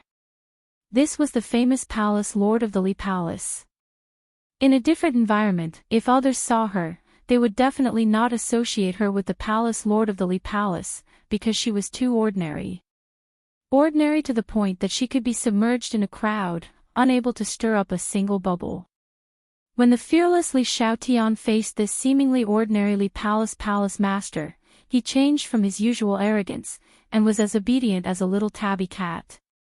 Reporting to Palace Master, this time I encountered a difficult problem. I originally thought that as a person, would have no chance of surviving, but he miraculously survived. Li Xiaotian said in a deep voice. Oh, who has such great ability? Tang Zheng. I remember you mentioning him before. Yes, he is a cultivator, and an extremely powerful one with great potential. Thus, I decided to eliminate him. Then it seems that you consider him a threat. Yes, an enormous threat. Li Xiaotian nodded. The palace master's old eyes slightly narrowed, and said, for you to be so afraid, he is indeed not an ordinary person. Yes, even the martial organization's sect master's wife, Lan Yu, has gone to find him. Lan Yu. The palace master's hand holding the walking stick tightened involuntarily. She raised the corner of her eyes, and there seemed to be a flash of light in her dim eyes. Yes, this is the information I just received. It is said that Lan Yu, for the sake of Tang Jing, went on a killing spree and caused a ruckus in the Dragon Group's base. At that time, if I had left a bit later, perhaps I would have met her. Li Xiaotian said. Lan Yu has not left the martial organization for dozens of years, but she actually made an exception for one person. Interesting. Pass down the order, we must investigate the ins and outs of this matter. Lan Yu, this woman, cannot be underestimated, and we must avoid alerting the enemy. I want to know what medicine she is selling in her gourd. Yes. In addition, I will be leaving for a few days. During this time, you will continue to take care of the daily affairs of the Li Palace in my place. The palace master warned. Li Xiaotian asked doubtfully, Palace master, why are you leaving the palace this time? Can this disciple go with you? The palace master casually glanced at her, and Li Xiaotian felt as if she had fallen into an ice cave. It was as if 10,000 swords were hanging over her head, and could fall at any time and pierce her full of holes. She was in fear and trepidation, and hurriedly said, This disciple is concerned about the palace master, and has no other intentions. Just do your job well. Don't ask what you shouldn't ask. The palace master said coldly. Although she still seemed old and senile, and did not even have the slightest trace of a king's aura, Li Xiaotian felt fear from the bottom of her heart. This was because she was too clear about the palace master's temperament and powerful strength. She could not even think of resisting. Yes, this disciple will remember. The palace master stood up, supported herself with her walking stick, and hobbled out. Watching the palace master walk away, the chill on Li Xiaotian's body gradually dissipated. She straightened her body and returned to being the cold and black-bellied holy maiden of the Li Palace. Every year at this time, Master leaves the palace alone. No one knows what she's going to do. This secret truly makes one curious. I don't know when I'll learn of this secret. Li Xiaotian softly muttered to herself. The palace master left the Li Palace and walked on the mountain road.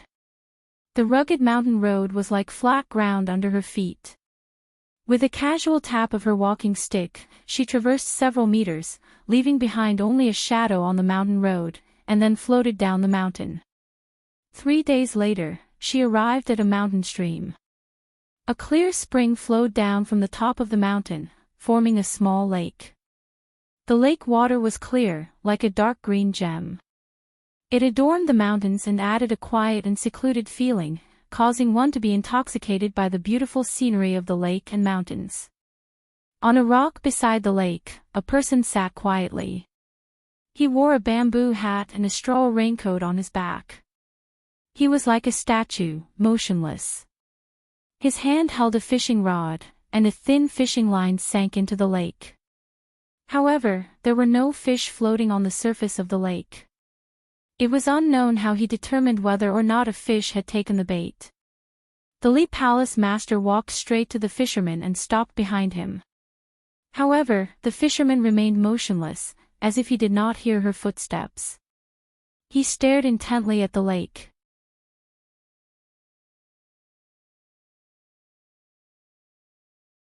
Chapter 531. The green light that swept towards Elder Angler was extremely sharp and powerful, bringing with it a series of sonic booms. The Li Palace princess did not move, not even interested in looking at it, as if she knew that this azure light could not harm Elder Angler in the slightest. Elder Angler shook his wrist and used the fishing rod to block in front of him. The azure light struck the fishing rod, causing a burst of blood. With a sharp scream, the azure light hurriedly dove into the water. Evil creature, I've been waiting for you for many days. Do you want to run away like this? Elder Angler softly muttered as he swung the fishing rod back. The fishing line danced, and just as the azure light was about to sink into the water, it was fiercely smashed into the ground by the fishing line. This azure light was actually a large azure snake. Its two eyes glowed with a dark light, and its sharp fangs were glaring fiercely at Elder Angler. "Evil creature, you've recently injured quite a few mountain animals. Today is the day you die," Elder Angler lightly said. The large snake seemed to understand his words and struggled to swim into the lake. However, its upper jaw was hooked by the fishing hook and it could not escape. With a shake of the fishing line, the large snake lightly smashed into a sharp stone on the ground. With a clatter, its tongue was smashed into pieces, dripping with blood. It struggled for a while, but then it completely stopped moving. Elder Angler shook his wrist, and the fishing line quickly wrapped around the fishing rod. Only then did he turn his head to look at the Palace Master. Outsiders would involuntarily feel fear when facing the Palace Master, but Elder Angler did not move at all. His face was covered by a bamboo hat, so his appearance could not be clearly seen. However, there was no doubt that he was calm and fearless. The Palace Master looked at him and pointed at the corpse of the large snake, asking, "How did you have the leisure to come down the mountain to do such a small thing?" Elder Angler replied, "This is not a small matter. You don't leave the palace all year round, so you don't know that recently, the world has not been peaceful. There have been many monsters." The Palace Master's eyes flashed with astonishment, asking, "This beast has not become a monster yet, right? Its intelligence has already been developed. Becoming a monster is only a matter of time. It's best to leave early to avoid future troubles." Elder Angler said, "I don't know what's going on in the world, but I heard that the Northeast is even less peaceful. Not only are there monsters, but also people are suffering. Is it really that serious?" Elder Angler didn't answer this question because it was too unnecessary. "Then have you sent someone to the Northeast?" Gen 13 has already gone. Jian Shisan, the sword god is finally willing to send out his beloved last disciple to carry out a mission. With him going, it will naturally be a piece of cake. The palace master clearly had confidence in this Jian Shisan. The sword god has been recuperating during this period of time. I believe you have also heard the news. He fought a great battle with that mysterious cultivator and suffered some injuries. Elder Angler said. It is said that the cultivator is called Tian Chanzi. Is the great lord not allowed to avenge the sword god and let him get away with it? The palace master asked curiously. Elder Angler raised his head slightly, revealing a scar.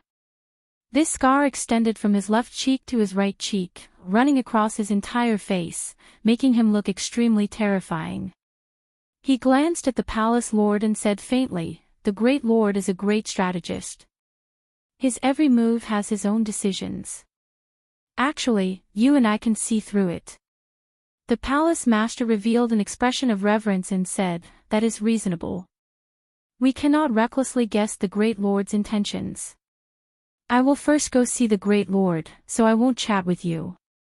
The palace master lightly tapped the ground with his walking stick and flew several zhang away. He directly crossed the mountain stream and rushed towards the peak. "Let's go together." Elder Angler lightly spat out these two words. With a light shake of his wrist, the fishing line flew out and wrapped around a tree trunk. With a sudden swing, Elder Angler shot out like an arrow. In the next second, he was standing beside the palace master. The two of them displayed their respective abilities and climbed up the mountain peak that wasn't too majestic after a short while. At the peak of the mountain, the cold wind was biting cold and the ground was covered with white snow. A black hut stood at the peak of the mountain. There wasn't a single speck of snow on the black hut, which was particularly eye-catching in this vast white world. The two stepped on the snow without leaving a trace and arrived in front of the black room. The pitch-black door slowly opened on its own. Elder Angler stopped at the door while the palace master walked in step by step. The door automatically closed and the room sank into darkness. Whoosh of flame rose into the air and several oil lamps lit up in the four corners of the room, illuminating the black room. This black room was not spacious and empty. It could be said that there were only four walls. Other than a chair at the very front, there was nothing else. A person walked out from the darkness and directly sat down on the chair. This person wore a mask and looked deeply at the palace master, saying, "You've come." His voice was desolate and deep, like the ripples of an echo in the valley. There was an indescribable mysterious feeling. The palace master knelt down on one knee and respectfully said, "Greetings, great lord." If the people of the palace saw this scene, they would definitely be scared out of their wits. The palace master, who had always been high and mighty, was actually kneeling down to a masked person. Moreover, it was done willingly and respectfully. "Rise," the great lord said. "Thank you, great lord. You've gained a lot from this time's seclusion. You've actually reached the 8th level of the great master realm.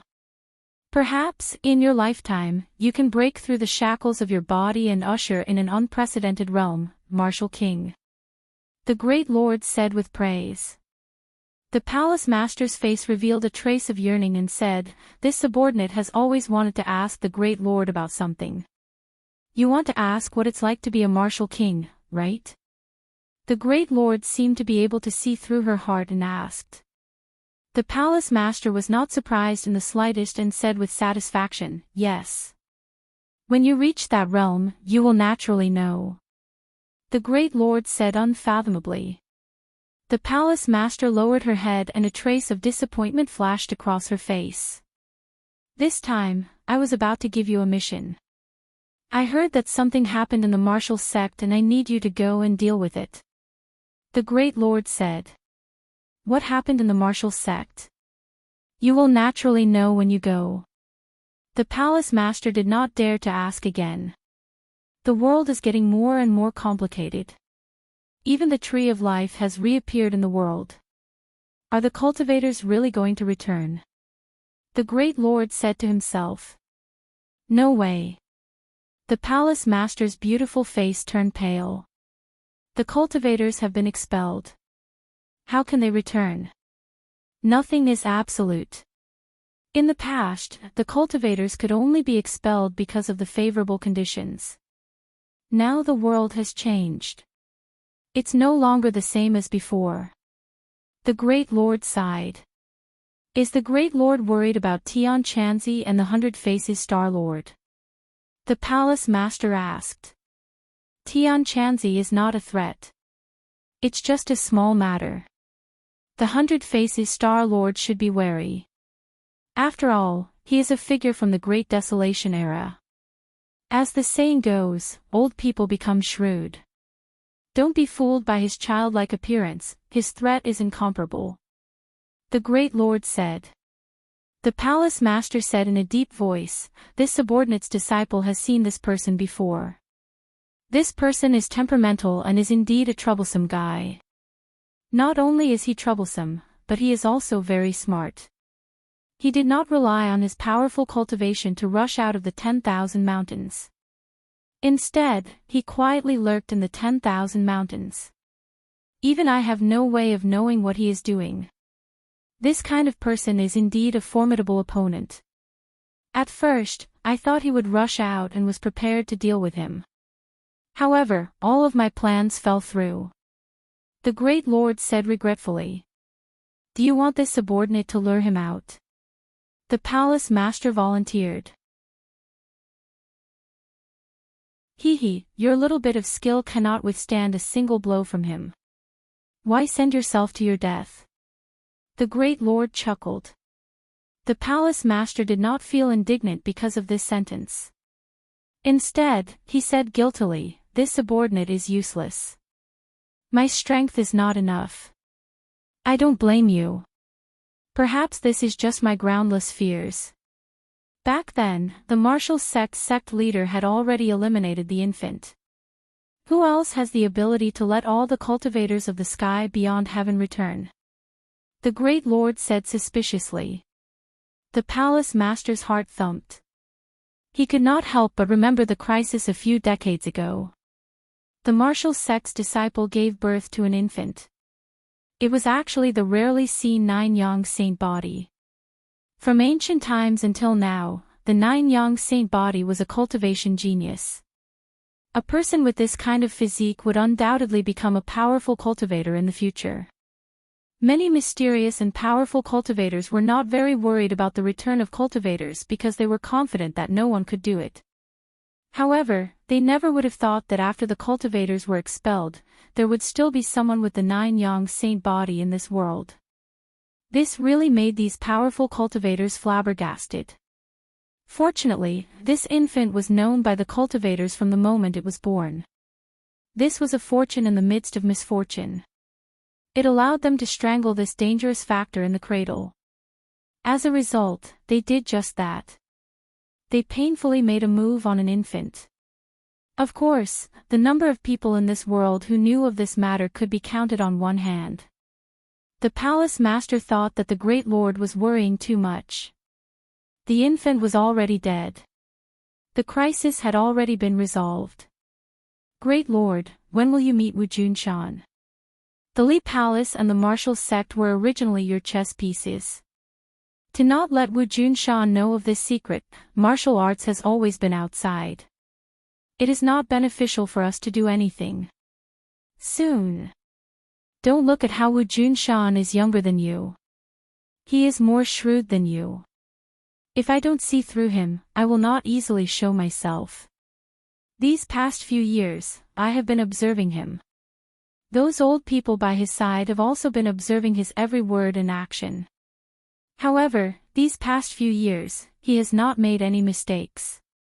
Then isn't he worthy of our trust? The great lord chuckled and said, actually, this time I asked you to go to the martial sect for this matter. The martial sect has sent back news that there seems to be a problem within the martial sect. It seems to be related to this sect master. I want you to go and investigate and remove any hidden dangers. The great lord ordered. This subordinate understands. Whether or not Wu Junshan can enter the great lord's eyes will depend on this.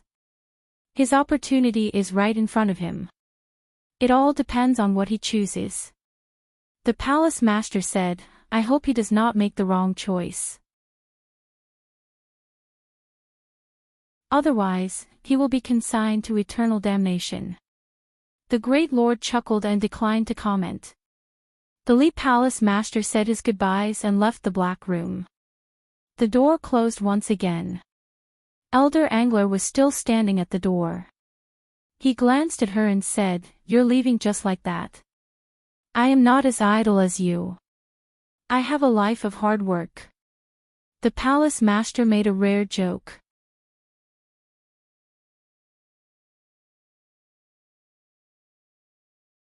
Chapter 532. Beijing. Su Tian saw Xing Feng. Xing Feng was very careful and ordinary people would not know where he was. Su Tian had to spend a lot of effort to see him. The two of them sat facing each other and Xing Feng said with a smile that did not reach his eyes, Chief Su has graced me with your presence. Could it be that you have brought someone to take my life? I have no interest in your life. Su Tian said without any change in expression. Xing Feng did not care and coldly snorted, Is that so? Then why did you bring Tang Jing to the base and cause my base to be destroyed? A soldier should do things openly. What kind of ability is it to capture someone's family to threaten them? Su Tian said. This is the result of going against the dragon group. I want to kill the chicken to warn the monkey and let the world see. Moreover, he went against the dragon group, which is the same as going against the country. His family is the family of the criminal. What's wrong with me capturing him? You don't need to speak in such a dignified manner in front of me. Moreover, your dragon group does not represent the country. Don't blow your own trumpet. Su Tian retorted. You have caused the dragon group to suffer heavy losses and harmed the country's interests. I haven't even reported you and you have the guts to come find me. If you want to complain then go ahead, but I am here to tell you that if you still want to act alone and fight to the death with Tang Jing, then it won't be as simple as a base, but rather a disaster. When the time comes, the higher-ups will blame you. Not only you, but even the person behind you will be implicated. You should think it over clearly. Su Tian said without any trace of politeness. Xing Feng's face sank as he stared at Su Tian and said, "Are you threatening me?" "You are right. It is a threat," Su Tian said frankly. "You are going to support the brat and go against my dragon group. All I know is that Tang Zheng's actions did not threaten this country. Instead, it was your willful actions that brought this country into danger," Su Tian said fiercely. Xing Feng's expression kept changing as he stared at Su Tian. He wanted to see through his thoughts, but in the end, he found that it was futile. With Su Tian's shrewdness, Xing Feng could not find any useful information. "Then what do you want? Let's mind our own business and walk our own paths. If you dare to have any ideas about Tang Jing again, I promise you that I will show you the power of the National Security Agency. Don't think that the National Security Agency's decades of accumulation can be compared to your dragon group's dozens of days," Su Tian said without any trace of politeness. Xing Feng's eyes were about to spit fire, but he didn't act rashly. Judging from Su Tian's expression, he was telling the truth. Although Xing Feng was usually arrogant and didn't even put the National Security Agency in his eyes, he knew the capabilities of the National Security Agency. Just like what Su Tian said, the National Security Agency had been established for many years and its strength was unimaginable. It wasn't something that the dragon group could shake with just a few days of accumulation. "Okay, I promise you. But let me give you a piece of advice. It might not be a good thing to be associated with this brat. In the end, the National Security Agency might be destroyed in your hands," Xing Feng said coldly. "You don't have to worry about that." Su Tian stood up and left, not giving Xing Feng another glance. Seeing Su Tian leave, Xing Feng's face turned ashen. Suddenly, he roared in anger, "Fuck, surnamed Su, there will be a day when I will step on you and crush you into pieces." Creak. A small door at the side slowly opened, and a Westerner strolled out. He said with a smile, "Team Leader Xing, now you understand my good intentions, right? In Huaxia, if you want to have the right to speak, you need to have real power. Only the one with the harder fist can set the rules of the game. I can give you a hand and let your strength far surpass Su Tian." Xing Feng suspiciously looked at him and asked, "What's your purpose?" "Hee, I want to make friends with group leader Xing, make friends." Xing Feng was also someone who had been in the government for most of his life. How could he believe such a blatant lie? The other party was the young lord of the Rockefeller family, Louis. He traveled thousands of miles to Huaxia, so why would he make friends with him and help him for no reason? "Actually, speaking of which, Team Leader Xing and I have a common enemy," Louis said as his eyes narrowed into slits. "Who?" "Tang Zheng." Xing Feng suddenly understood. He knew a thing or two about the conflict between Tang Zheng and Louis, so he asked, "Oh, then what method do you have to get rid of him?" Louis said in a low voice, "Group Leader Xing, Tang Zheng is insignificant and can't do much. Our cooperation is the most important thing. If we don't get rid of Tang Zheng, our cooperation can't be discussed. Group Leader Xing really hates Tang Zheng to the core. Alright, since he is our common enemy, then let's get rid of him quickly." Louis hesitated for a moment, then agreed. Xing Feng's lips curled into a proud smile, and he praised, "Now that's the attitude of cooperation. However, don't treat me like a fool. How do you want to help me? Tell me what conditions you want. If you don't say it now, I won't acknowledge it in the future." Ha, group leader Xing is a straightforward person. Then I won't hide it. I want the core technology of the mecha. What? Xing Feng was shocked. He hadn't expected the other to be so greedy and ask for such a condition. This condition won't do. Change it. Louis shook his head and said arrogantly, Group leader Xing, this is my condition. Actually, in terms of technological prowess, the Western Empire is far superior to your Huaxia. This time, it was by chance that you obtained the mecha technology. Mecha technology is a national secret. How can we give it to you so easily? Xing Feng continued to refuse. Louis was unmoved. He smiled and said, Group leader Xing also understands that this technology is a national secret, so this technology won't have much practical benefit for you. Do you think I'm right? Xing Feng's expression changed. These words had hit the nail on the head. Louis sneered disdainfully in his heart. These bureaucrats were indeed the same. They were selfish and insatiable. As long as you poked the G-spot in their hearts, they would be at your mercy. They would not be able to withstand a single blow. In life, the most important thing is to fight for your own benefits.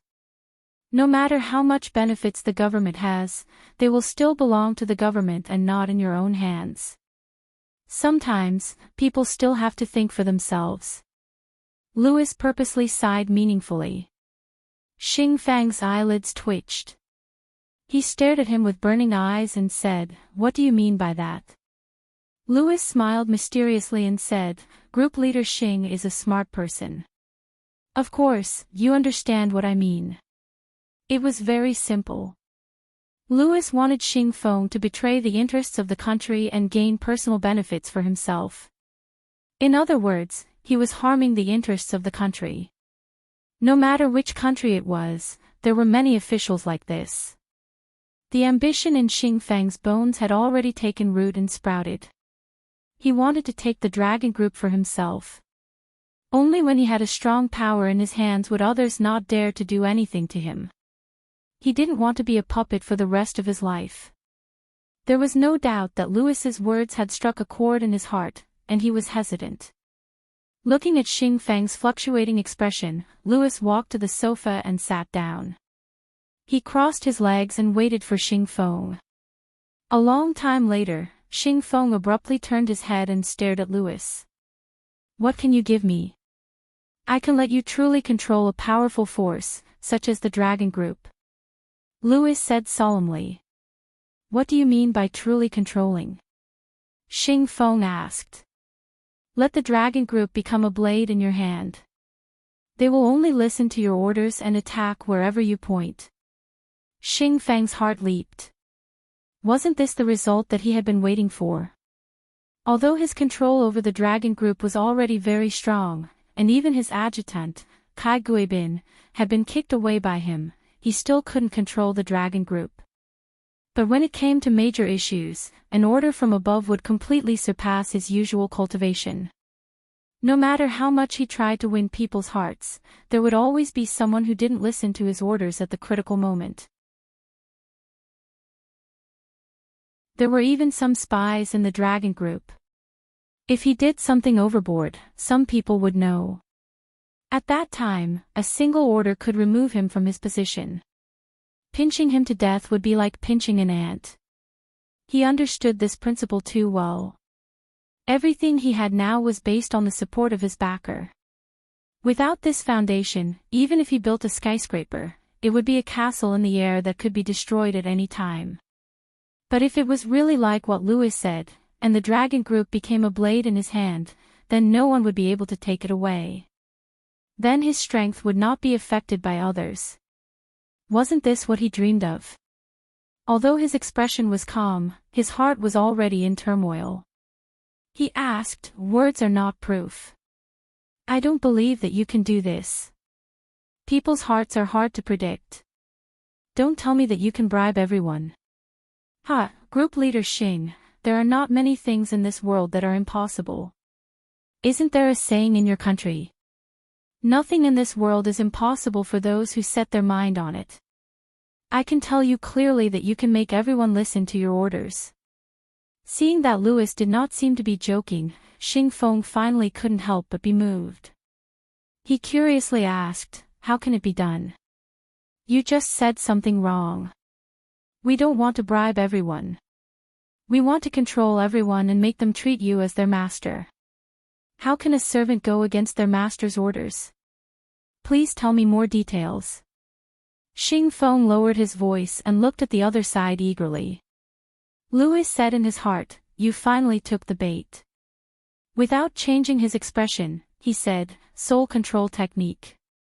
Control a person's soul and make them your slave. They will only listen to your orders. Of course, normally this person is no different from an ordinary person. But a seed will be planted in their heart." Xing Feng's body trembled. A chill ran from the bottom of his feet to the top of his head. He asked, "Is there really such a method in this world?"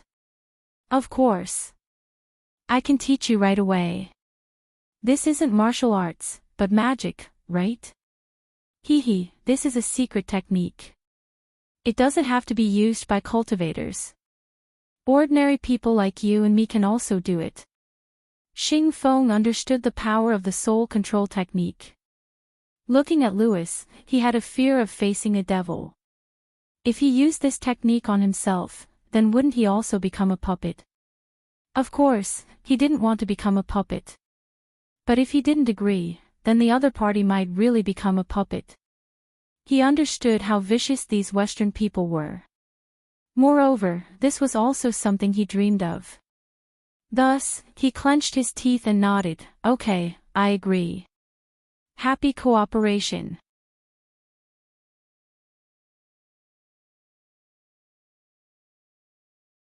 Chapter 533.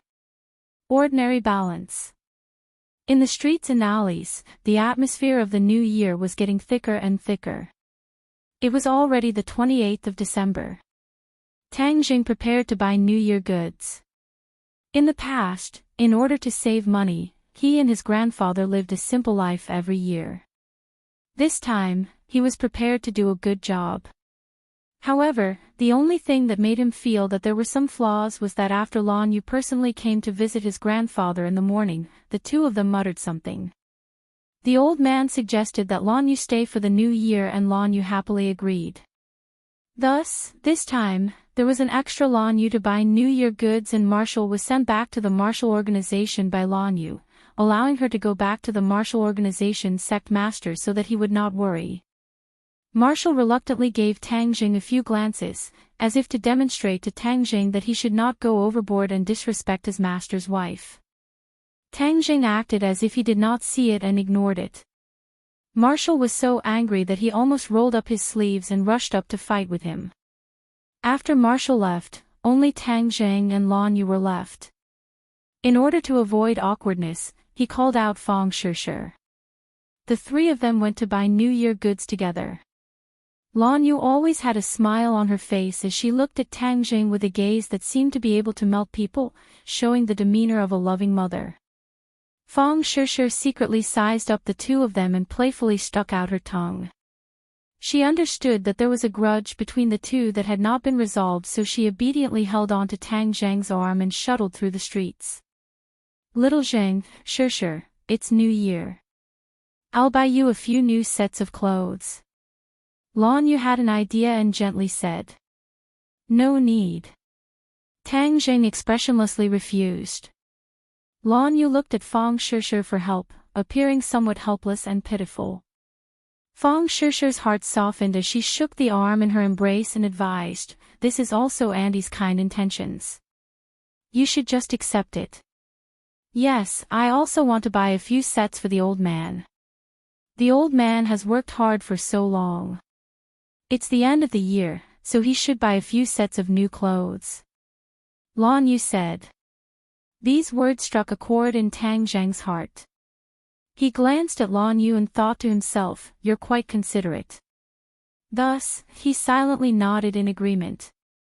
Lan Yu was overjoyed and gradually understood the position of the old master in Tang Zhang's eyes. The more he cared about the old master, the higher the impression in Tang Zhang's eyes. The few of them walked into a high-end clothing store nearby. Lan Yu took a fancy to a few sets of clothes at a glance. She casually pointed and said, "Take those clothes and try them on." The shop assistant could tell at a glance that these people were not in need of money. Since a big customer had arrived, she immediately began to serve them attentively. Lan Yu held a set of clothes and gestured at Tang Zhang's body, saying, "This one is not bad. Try it on in the fitting room." Tang Zhang glanced at the price and said, "There's no need to buy such an expensive one." "It's not expensive. Even if I bought all the clothes in this store for you, it wouldn't be expensive. Moreover, it's too little. Just tell me what you like. I want to make up for the decades of unfulfilled responsibilities." Lan Yu emotionally said. When the shop assistant heard these words, she looked at Tang Zhang with a gaze that was filled with stars. She thought to herself, just what kind of person is this handsome guy to have such a unique temperament favored by such a beautiful young woman? Having money to burn. Tang Zhang curled his lips and said. Lan Yu revealed an awkward expression, but she did not flare up. She continued to smile and said, "If you don't like this store, then let's go to another one. I also feel that this store's clothes aren't that great." The shop assistant's heart sank. Her big customer was ruined.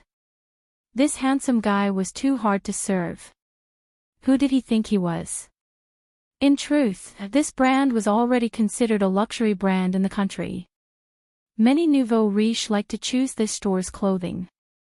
At the very least, the customers who were shopping at the side were dressed well. They were definitely not rich. When they heard Lan Yu's words, their expressions clearly did not look good. However, most of them did not flare up. They only glared at Tang Zhang with disdain. But there were exceptions to everything. A fashionable woman wearing sunglasses that covered most of her face curled her lips and disdainfully said, "What are you pretending to be poor for? If you can't afford it, then you can't afford it. You still have the nerve to come here and pretend to be rich. Hee, there are too many of these kinds of people in the country right now.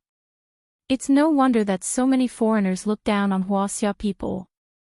A man beside her laughed arrogantly. "Young Master Jun, you've been abroad for so many years. You must not be used to seeing such things when you return, right?"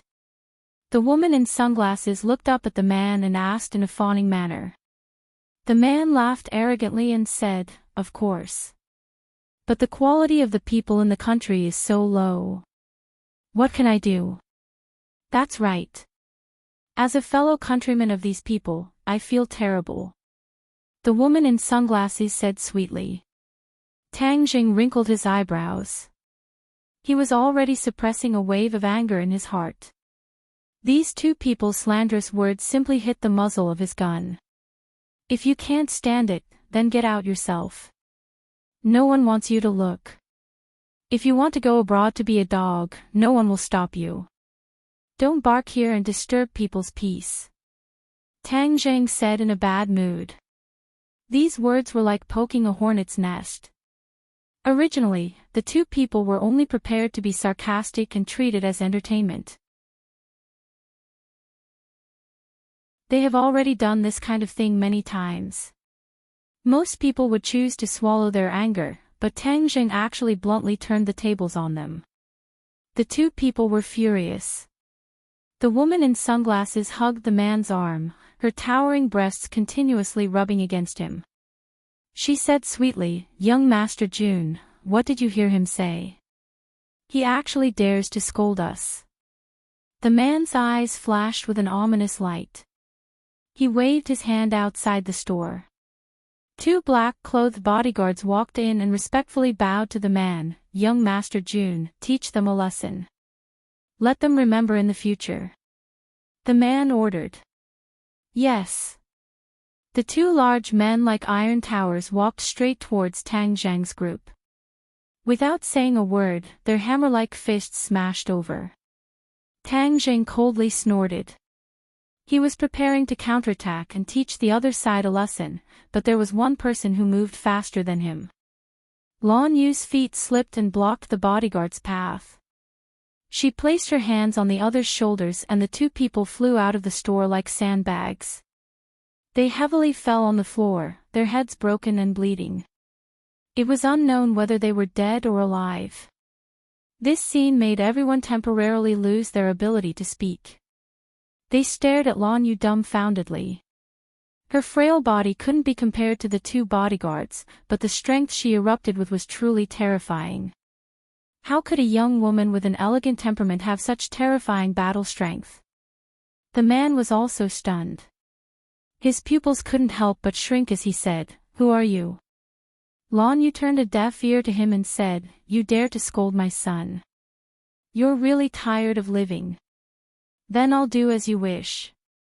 Step by step, she approached the other side. The aura of Mount Tai pressing down on the other side made the other side's chest feel like a boulder was pressing down on them. Their faces instantly became as white as paper. The woman in sunglasses trembled.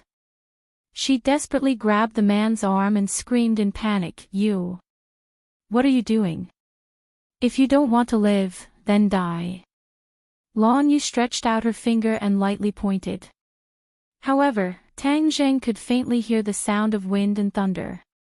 If they were hit, then with the two people's bodies, they would immediately lose their lives. He didn't expect Lan Yu's reaction to be so agitated. He couldn't help but be a little surprised. He didn't know that Lan Yu was very protective of her son. She had always blamed herself for not protecting her son well, resulting in the separation of mother and son for more than 20 years. So now she felt a little scared.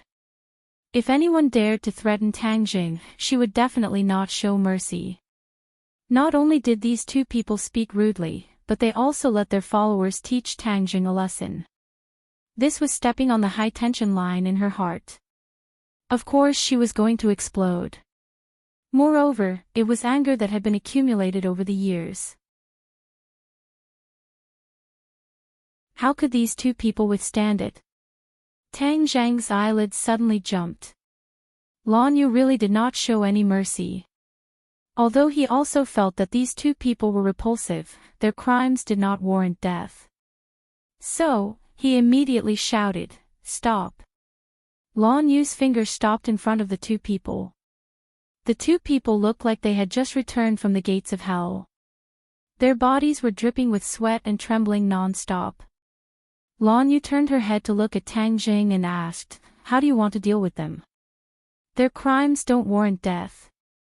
Just casually teach them a lesson." Tang Jing said. Lan Yu nodded and said, "The two of you are lucky. My son is merciful and spared your lives. However, the death penalty can be avoided, but the punishment cannot be forgiven." As soon as her voice fell, 2 slaps rang out. Finger marks immediately appeared on the two people's faces. The sunglasses of the woman in sunglasses also fell to the ground and shattered, revealing her true face. It had to be said that she did indeed have a beautiful face. Moreover, it was very pure. However, compared to this pure face, her words and actions formed a contrast. Even if this kind of person had a beautiful appearance, it was still just a rotten skin bag. Wow, Lu Yanran. So she is Lu Yanran. Suddenly, a cry of surprise rang out. Everyone's eyes quickly focused on the face of the woman in sunglasses. Fang Shishir also looked at the other person in shock. She covered her mouth and said in disbelief, "It's her. A big star." The woman in sunglasses quickly covered her face and shook her head in denial, "I'm not her. You've got the wrong person." She ran out in panic, but her feet slipped and she fell to the ground in a sorry state. Another cry of surprise rang out. However, she did not dare to stay. She crawled up and covered her face before continuing to run. Scram! Lan Yu glared at the man. The man felt as if he had been pardoned. He did not even dare to breathe loudly. He quickly rushed out, ignoring the unconscious bodyguards on the ground. Is this woman very famous? Tang Jing curiously asked. Fang Shishir said in disbelief, "What, you actually don't know her? Are you from another planet?" She is currently a popular A-list female star. She is known as the Fairy Sister and is the representative of the youthful Jade Girls. Tang Jing curled his lips. He really did not care about celebrities in the entertainment industry. Before, he was wholeheartedly focused on his studies. How could he have the leisure to pay attention to these things? However, when he heard that this person was known as the Fairy Sister, the youthful Jade Girl, he could not help but snort. The entertainment industry was really a mix of bad people. If this kind of person could be called a youthful Jade Girl, it would be more appropriate to call her a lustful woman. Her temperament could not be compared to Ling Er. One was on the ground while the other was in the sky. If Ling Er enters the entertainment industry, she will definitely be able to beat this Lu Yanran. He was full of confidence. That's right. I heard that her hometown is Ordinary Balance. So it must be her. This time we offended a big star. Will there be any problems? Fang Shishir nervously asked.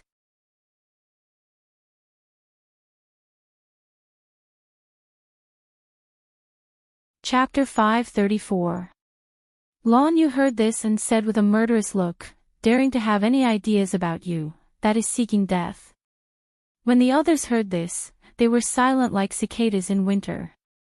They were so scared that their faces turned pale. Many customers left the store one after another. Seeing the shop assistant's respectful eyes and not daring to breathe, Tang Jing could not help but feel bored. He held Fang Shishir's hand and walked out. Lan Yu hurriedly chased after them and suggested with a smile, "Let's go to another clothing store." When Tang Jing walked into the fitting room with a set of clothes, Lan Yu let out a sigh of relief and muttered to herself, "This is the first time I've bought clothes for my son. I really am an incompetent mother." Fang Shishir advised, "Auntie, this is not your fault. There will be opportunities in the future." But he did not forgive me, Lan Yu said with disappointment. Fang Shishir held Lan Yu's hand and said softly, "Let time heal this wound. He is actually a very kind person. He has seen and remembered all your efforts." Lan Yu smiled confidently and said, "Thank you, Shishir. You really are a good girl." Fang Shishir smiled faintly. Creak. The fitting room's door opened and Tang Jing walked out looking brand new. As the saying goes, Buddha relies on gold and people rely on clothes. Tang Jing was originally a little handsome, but now his temperament had changed greatly. When he walked out, everyone could not help but feel their eyes light up. He was not shockingly handsome, but the temperament that was imperceptibly revealed made people feel deep respect and unwilling to look away. Too handsome. Lan Yu praised from the bottom of her heart. She subconsciously wanted to straighten his collar. When her hand touched his collar, the two of them were stunned. Because this action was too natural and too intimate. Tang Jing did not feel disgusted. Instead, he felt a faint warmth. Lan Yu nervously retracted her hand and said in a panic, "Sorry, I couldn't help myself." It was the most simple feeling of a mother for her son. It was human nature. Tang Jing kept a straight face and didn't say much. He straightened his collar and asked Fang Shishir, "What do you think?" Fang Shishir's eyes sparkled. To be honest, she and Tang Jing had known each other for a long time. She was very familiar with his appearance. But looking at the person she loved standing in front of her at this moment, she couldn't help but fall into a trance. This was completely different from the dull Tang Jing who only knew how to study in high school. Not only did his appearance change slightly, but his temperament was also completely different. If a former classmate saw him, they definitely wouldn't dare to recognize him. Of course, it was a good thing that her boyfriend had become more handsome and attractive. Fang Shishir smiled and nodded. Very handsome. Auntie has good taste. This set of clothes seems to be tailor-made for you. When Lan Yu heard this, she also smiled like a flower. Then buy it. Tang Jing glanced at the overjoyed Lan Yu and said expressionlessly. Immediately, Lan Yu became even happier. After visiting a few clothing stores, they all had their gains. They carried bags of various sizes, but Lan Yu clearly carried the most. This was because she snatched most of the bags from Tang Zhang's hands, as if she was afraid that Tang Zhang would be tired. If not for Tang Zhang's final insistence, she probably wouldn't even let Tang Zhang carry anything. Tang Zhang couldn't help but roll his eyes. This was simply spoiling. A loving mother spoiled the son. A child raised by such a mother was absolutely spoiled. Where are we going now? Lan Yu asked. Home. Tang Zhang stopped a taxi and the three of them sat in. Lan Yu rolled her eyes and said, Little Zhang, I'll buy you a car. It'll be convenient for you to travel. What kind of car do you like? I'm a student. Why would I drive? I see that there are also students who drive. It's more convenient to have a car. No need. Moreover, if I want to buy a car, I have the money to buy it myself. Tang Zhang was speechless. Lan Yu seemed to want to use sugar-coated bullets to corrode him. There were all kinds of branded clothes and cars. Did he become a rich second generation? He couldn't help but laugh. When they returned home, Tang Dahai was also back. During the Spring Festival, his recycle bin was temporarily closed for vacation. This was his last day of work. Old man, these are the clothes I bought for you. Try them on. Lan Yu carried a few bags and handed them to Tang Dahai. Tang Dahai retracted his hand as if he had been electrocuted and resentfully said, How can this be? I'm an old man. Why would I wear those? It's a waste of money. No need, no need. It's not worth much. Old man, just take it. You raised little Zhang and now it's time for you to enjoy life. Lan Yu said. Tang Dahai's eyes were a little red. He glanced at Tang Zhang and embarrassedly said, Still have clothes. Why would I need to wear new clothes? Tang Zhang was the clearest about his grandfather's situation. In the past, it was rare for him to buy new clothes. Many of them were washed until they were white. Grandfather, since I bought it for you, just accept it. Tang Zhang advised. Hearing his grandson say this, Tang Dahai embarrassedly accepted the clothes and hurriedly thanked, Then I really can't thank you enough.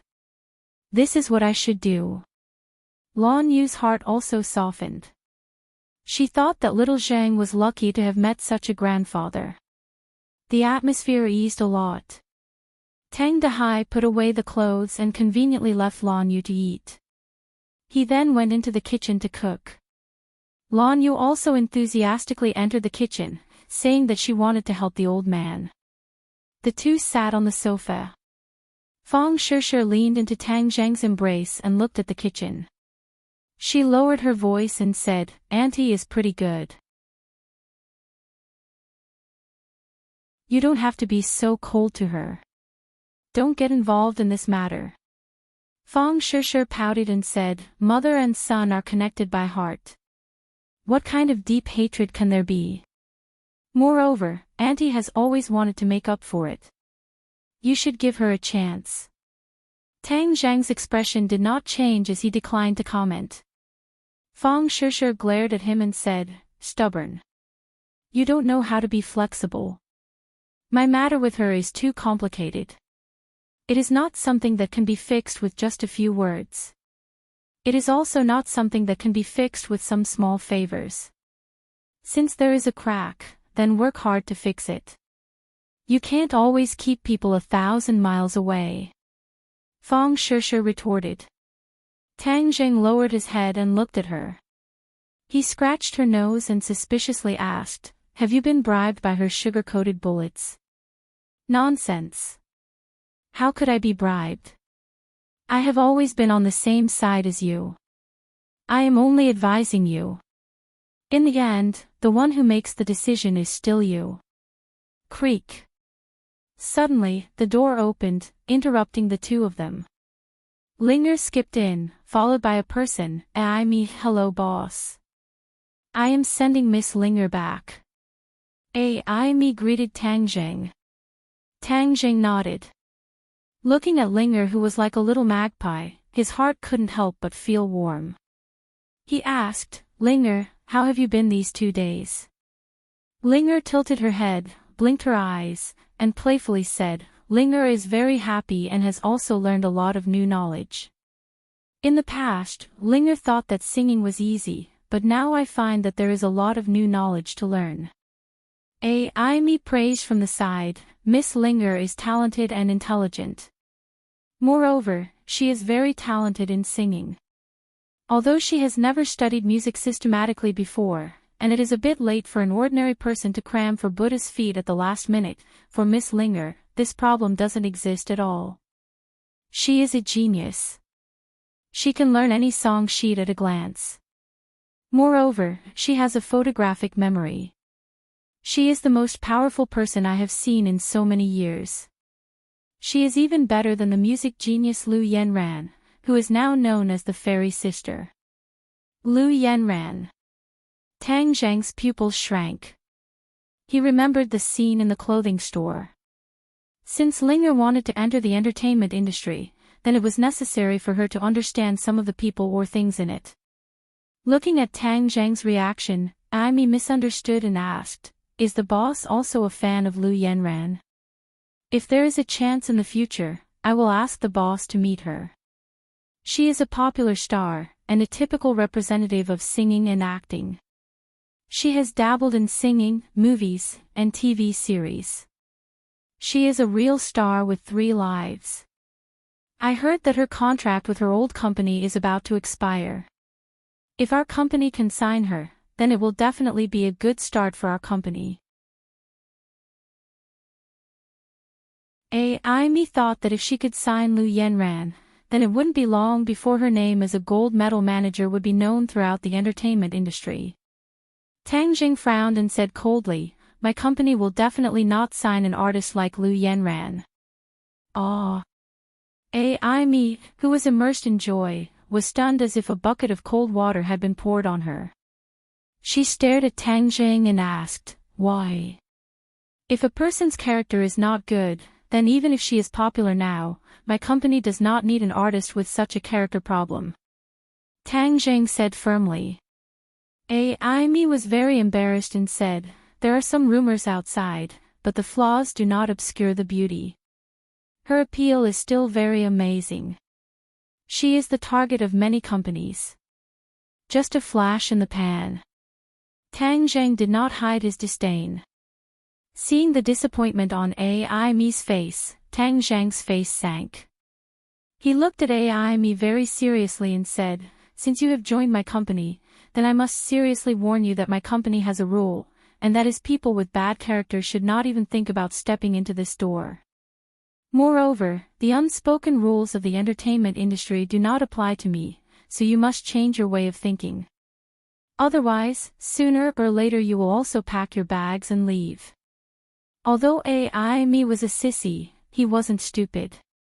He had mastered the basic skill of observing people's body language. Seeing the boss so serious, he didn't dare to talk back. He quickly changed his attitude and said, boss, I understand. Although Lu Yenran is popular, she is also a troublemaker. The internet revealed that she had a fierce conflict with someone today and was even slapped in the face. Now the internet is in a heated debate. Her fans are thinking of ways to find the person who hit her. It is said that they want to take revenge for her. Tang Jing froze for a moment and looked at Fang Shishir. The person who revealed this must be someone from the scene today. But he did not think that those fans would want to take revenge for her and deal with the Wuzong sect leader's wife.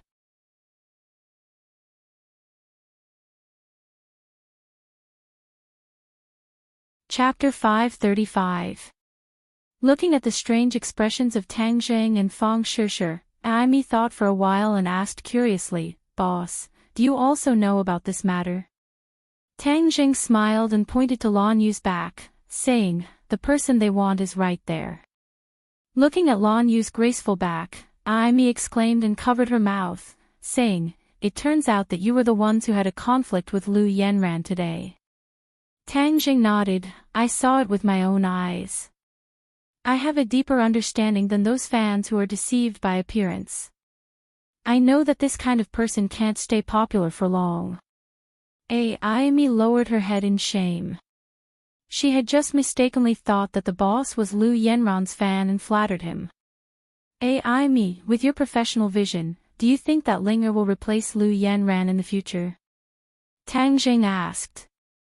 Amy clapped her hands and said without hesitation, "Of course, Lu Yanran is not a fairy sister. Linger is the real fairy sister. She can definitely beat her." He paused for a moment and had an idea. His eyes lit up as he said, "Boss, I've thought of a brilliant idea. Why not just pick a day?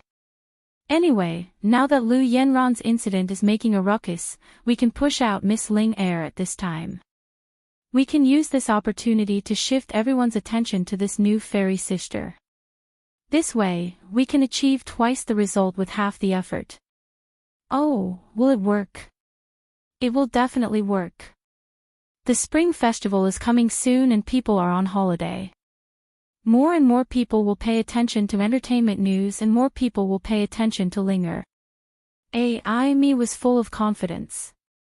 Tang Zheng was not familiar with these methods. He was good at delegating power, so he nodded and said, "Okay, you can discuss it with President Mu."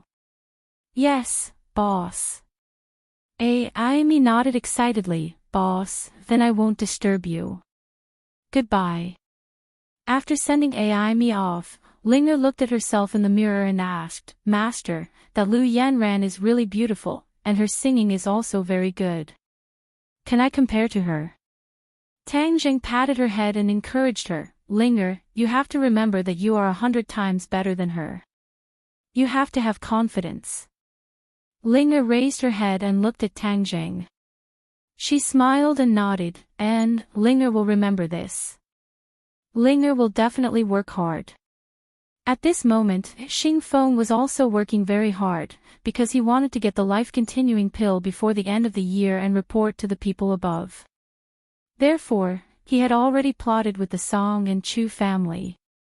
Not only that, he had also borrowed the power of the Rockefeller family, and was prepared to use two methods to force the Yen family obediently to hand over the life-continuing pill. In the middle of the night, Yen Padian was woken up by urgent knocks on the door. If it wasn't for the fact that it was extremely urgent, no one would dare to knock on his door in the middle of the night and disturb his rest.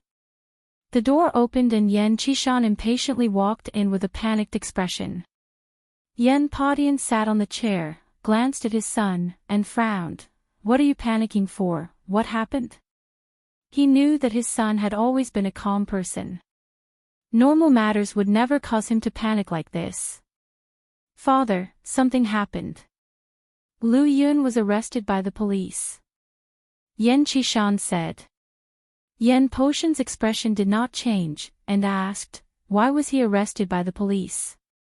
"Drugs, a large amount of drugs were found in his car," Yen Qishan said indignantly. "Didn't our Yen family never touch that thing? Could it be that all of you have ignored my warnings?" Yen Padian was furious. Not only could drugs destroy a person, they could also destroy a family. Many nouveau riche or celebrity artists like to seek excitement from it, but for a large family like the Yen family, the people of the family were definitely not allowed to touch this thing. Seeing his father's anger, Yen Qishan hurriedly explained, "Father, Lu Yun will remember your teachings, he definitely did not touch this thing, someone is framing him." Yen Padian calmed down. He was still very satisfied with this grandson of his, and understood that it was indeed impossible for him to risk the world's condemnation to do such a thing. However, someone dared to extend their hand so far to frame his grandson, Yen Padian. This made him have no choice but to be cautious. Have you found out who it is? Yen Qishan shook his head. Son is incompetent, I haven't found out yet. The police refused to negotiate, they were determined to make this an ironclad case. Father, could it be that the officials above want to touch our family? Yen Padian scoffed, and said, no, if the officials above really want to touch the Yen family, they won't use such a small trick. Yen Qishan heaved a sigh of relief, and said, in addition, our family's overseas industry seems to have been attacked by an unknown enemy, and a few factories have suffered losses. Yen Potion's pupils constricted, and said, this is a two-pronged attack, one outside and one inside. Are you really determined to deal with our Yen family? No matter who this person is, he obviously came prepared. What exactly are they up to? Yen Qishan said worriedly. Your scheme is not small. No matter who it is, go and find out immediately. I want to see who exactly ate the guts of a leopard. Yen Padian said with a murderous aura. It's the middle of the night, the Yen family is very lively. Do you mind if I come and watch the show? A burst of noisy footsteps rang out as a group of people swaggered in. The person in the lead was Xing Feng. Yen Padian and Yen Qishan looked at each other. Their hearts were as clear as a mirror, and they immediately knew who the mastermind behind this series of actions was. Xing Feng, he actually went against the Yen family at all costs. Last time, he couldn't get the life-continuing pill, so he decided to use force this time. Many Yen family guards rushed out from all directions, surrounding this group of people in the middle. Their expressions were unfriendly as they stared at them covetously. Master, we can't stop them. The guard reported. Yen Padian waved his hand, dismissed the guards, looked at Xing Feng and said, Xing Feng, isn't your table manners too ugly to actually use such a clumsy method? Xing Feng walked straight to a chair and sat down. He said with a smile that was not a smile, Xing, have never cared about my methods. I only care about the results. So you're saying that you can do anything to achieve your goal, and even extort money? Yen Padian suppressed his anger and asked. Xing Feng fearlessly looked into Yen Potion's eyes and said, you can understand it that way. Yen Padian was bewildered, and said, do you think that this will be enough to make my Yen family submit? You're underestimating the Yen family too much.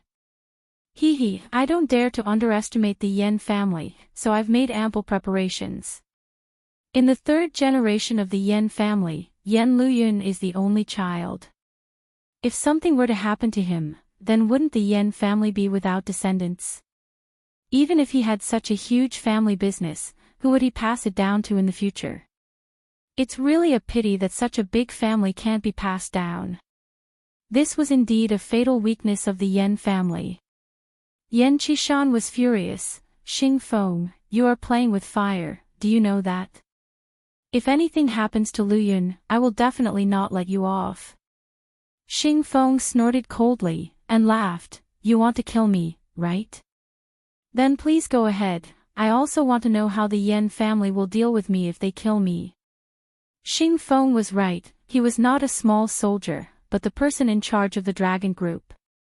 Even if the Yen family had a huge business, if they were to kill him, it would definitely cause a huge uproar.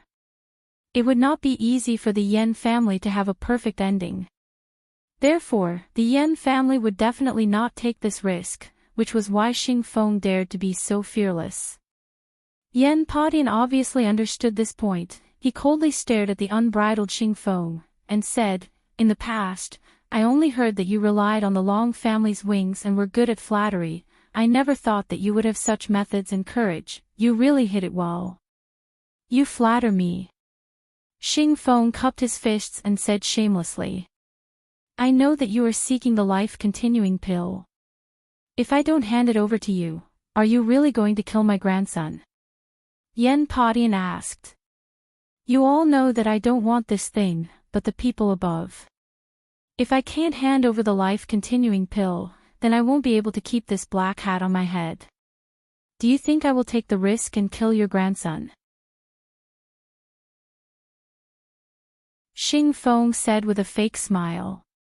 Xing Feng could take the risk, but he did not dare to.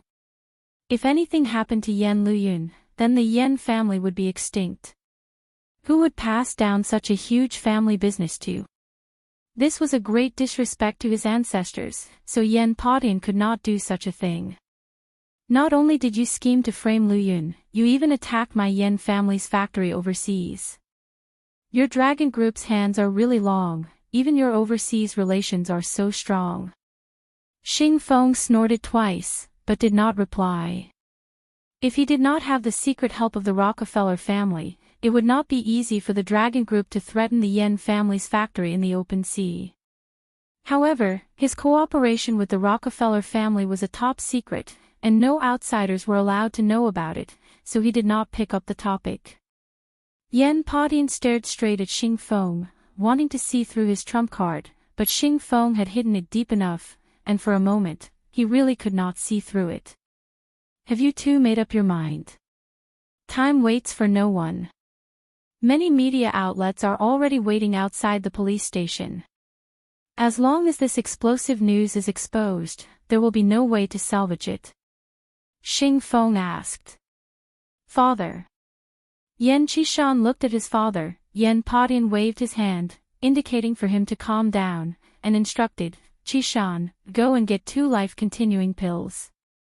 Father, you absolutely can't. The life-continuing pill is too precious.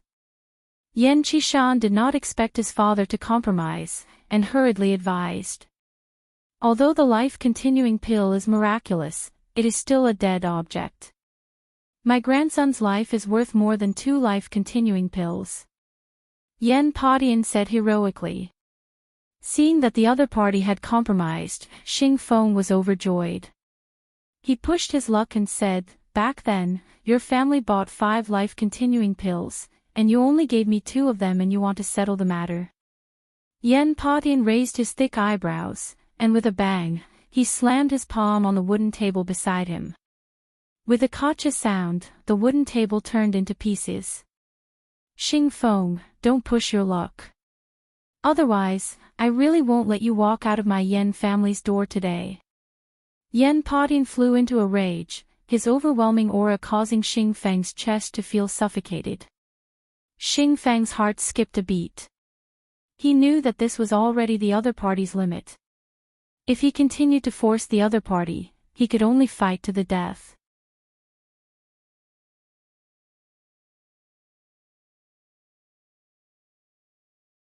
Chapter 536. A moment later, Yan Qishan brought over 2 brocade boxes. 2 life-continuing pills that emitted a strange fragrance lay quietly in the brocade boxes. Xing Feng's eyes burned with passion as he swallowed his saliva. He really wanted to swallow it in one gulp. 1 pill was equivalent to 10 years of life. Even a fool would want such a great fortune. He angrily suppressed his restless thoughts and put away the life-continuing pill. He smiled proudly and said, "Thank you. Farewell." "Where's Lu Yun?" Yan Qishan asked impatiently. "Your son will naturally return safe and sound in a while. The overseas factory will also be safe and sound." With that, he turned around and left the Yan family with a group of people. Yan Qishan was so angry that his eyes were about to spit fire. He gritted his teeth and said, "Father, who does this Xing Feng think he is? He dares to ride on top of our Yan family. This is too infuriating." However, Yan Padian gradually calmed down and said calmly, "A tall tree attracts the wind. This is a principle that has never changed since ancient times. It seems that the Yan family has flourished for so long, but in the eyes of some people, it has become a big piece of fat meat. Everyone wants to take a bite. You're not afraid of knocking your teeth out? If our teeth are good, we might really be able to tear off a piece of fat from our bodies." Qishan, the world is about to change. Yen Padian sighed with emotion. No way, right? Yen Qishan exclaimed in disbelief. Hee, your senses are still too slow. Can't you see that the power of the officials has grown stronger and stronger over the years? In the past, they still had to rely on us, but now, they are deliberately distancing themselves from us. Didn't you notice that the officials who are familiar with us are all keeping their distance from us step by step? With his father's reminder, Yen Qishan seemed to have been enlightened and suddenly came to a realization. Father, if you didn't say it, I really wouldn't have noticed it. Now that I think about it, the officials who have been on good terms with us in the past 2 years have indeed been distancing themselves from us step by step. Therefore, the officials are playing a huge game of chess, slowly weakening the influence of our great families. In the early days of the country's founding, because the large families had sufficient manpower, financial, and material resources, it was a huge fortune for this country that was lacking in resources. That was why the government tolerated our existence. Following the development and changes of the era, all of this will quietly change. This is the inevitability of the era. If you do not recognize this point, then it will definitely end in a tragedy. Yen Padian said resentfully. As the saying goes, when all the birds are gone, the good bough is hidden, when the cunning hare is dead, the hound is cooked. This had always been the case throughout the ages. Yen Padian was not sad, nor was he angry, because if it was him, he would have done the same. The strength of the various great families was enormous. If their influence was not weakened, then many of the decisions made by the government would not be carried out. If it were anyone else, they would take action. Of course, in this modern society, things were much gentler. They only weakened the influence. As long as you knew when to advance and when to retreat, there would still be a good outcome in the end. Father, could it be that handing over the life-continuing pill this time is a signal to the higher-ups? Yen Qishan asked as if he had understood something. Yen Padian looked at his son with admiration, and said, Smart, this is a signal to let the people above to be at ease with our Yen family, and not to treat our Yen family as a thorn in their side. After all, our Yen family is the biggest among the few families, and it would be difficult for us not to become a target. Yen Qishan said indignantly, Don't tell me we don't have any countermeasures. Just like that, we're at the mercy of others. Yen Padian laughed unfathomably. The world is changing, who can say for sure?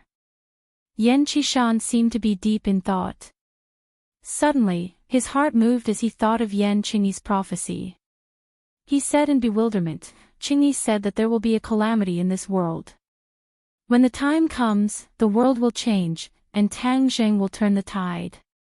We maintain a close relationship with Tang Zheng, maybe we can use this opportunity to seek a turnaround.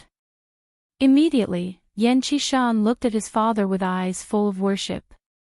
His father was indeed resourceful, and had already calculated this move. That was why he did not hesitate to offend the holy maiden of Li Palace to protect Tang Zheng. Now, it seemed that the decision back then was really too wise. He had prepared for a rainy day and fought for another possibility for the Yen family. Yen Poshan's smile became even more unfathomable as he said, We are unable to predict what will happen in the future. Let's do our best and leave it to fate. This time, Qingyi will go to the northwest to see that towering tree and see if she can gain anything. Yen Qishan nodded. From the looks of it, although his sister had never practiced martial arts before, she had fought for a lot of opportunities for the Yen family in this crucial matter. She had played a greater role than her brother. He couldn't help but be impressed by his father's foresight. When Yen Qingyi became a monk, he had truly become the laughingstock of many people, thinking that it was a great shame for the Yen family. Not only did her father not object, he even supported her outrageous actions. But now, it seemed that she did not have any cultivation in the martial way, but she was becoming more and more proficient in the mysterious art of foretelling the future. Qishan, from now on, our Yan family must be united in order to reverse the situation.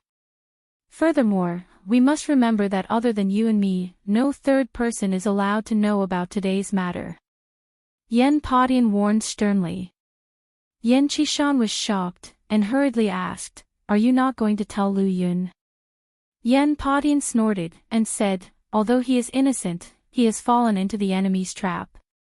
Thus, in short, his experience is still too lacking, and he needs to sharpen it a little."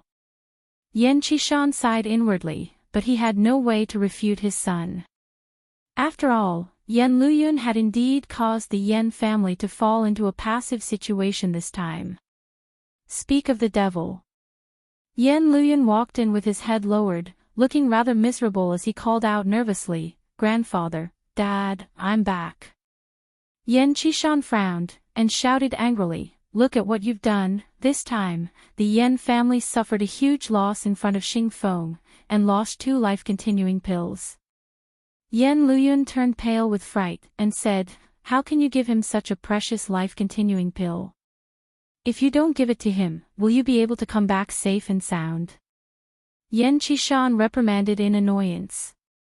Actually, Yan Qishan was quite satisfied with this son of his. Yan Luyun was not like the rich second generation of the other families, who only knew how to eat, drink, and play. He was undoubtedly the #1 figure among the young masters in the capital. "For me, you actually lost 2 life-continuing pills. It's not worth it," Yan Luyun said in shame. Yan Padian smiled faintly, and said, "Life-continuing pills are just dead objects in the end, and you are our grandson. Of course, your life is not something that 2 life-continuing pills can compare to." Seeing his grandfather say that, Yan Luyun was even more ashamed and dejected. "It's all because Lu Yun is useless." "Raise your head," Yan Padian shouted. "It's just a small setback. Could it be that I've knocked you down? You have to remember, you are a son of the Yan family. How can you admit defeat so easily?" Yan Luyun's mind shook. He raised his head, his gaze firm. "Yes, Yan Luyun will remember grandfather's teachings." "You were framed this time. Do you know who did it?" Yan Padian asked. A fierce glint appeared in Yan Luyun's eyes, and he said coldly, "Of course I know. What should I do?" "You know, right?" Yan Luyun nodded. Yan Luyun understands.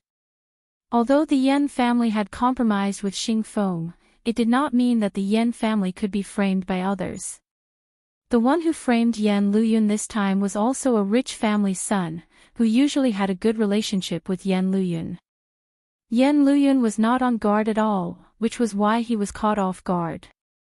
Towards the other party's betrayal, Yan Luyun hated him to the bones, so of course he would not let him off easily. As for how Xing Feng had bribed the other party, he did not care. Actually, this was not because Xing Feng had bribed the other party, but because of the work of the 2 young masters, Song Yu and Chu Xiaofeng. They understood these hedonistic sons better than Xing Feng, so they were very clear about their weaknesses and hit them with a single strike. Yan Luyun's anger was obviously not something that could be extinguished so easily. That night, he started his crazy revenge. In the end, the young master's sports car was found to have fallen off a cliff, and the car was destroyed and he died. Some people who knew the details naturally guessed that all of this was Yan Luyun's revenge, but no one stood out to criticize him, because this was the fate of a pawn. As for the other party's family business, it also suffered a thunderous blow. Not long after, it was completely defeated, beaten down to the mortal world, and shattered into pieces. Tang Zheng, who was thousands of miles away, did not know of these matters, nor did he know that the Yan family had already made him their most important partner, thus replacing the position of Li Palace. The night was dark and the wind was strong. Tang Zheng stood alone at the peak of the back mountain of Ordinary Balance Mountain. The ground was faintly covered in white snow, and there were few people around. The surroundings were pitch black, and the silence was frightening. Overlooking the cliff below, the past was vivid in his mind. The first time he had refined the life-continuing pill was here, and the heaven-fragrant flower was also picked on this cliff. Thus, this place left him with too many memories. Standing here once again, he felt completely different. Looking at the 10,000-foot cliff below him, and the ordinary balance courtyard not far away, a heroic feeling arose spontaneously. Ordinary Balance Mountain had witnessed his rise step by step, and he would definitely walk higher and further from here. Looking at the lights of the Ordinary Balance courtyard, his heart stirred. In the past, he had instructed Lin Hu and the others to completely destroy the Ordinary Balance courtyard and then replace it. After all, this was Chongqing Resort, and it was the benchmark of the entertainment industry in this area. It was a place that the rich liked to visit the most, and if Tang Jing wanted to become strong, then he had to step on this eyesore.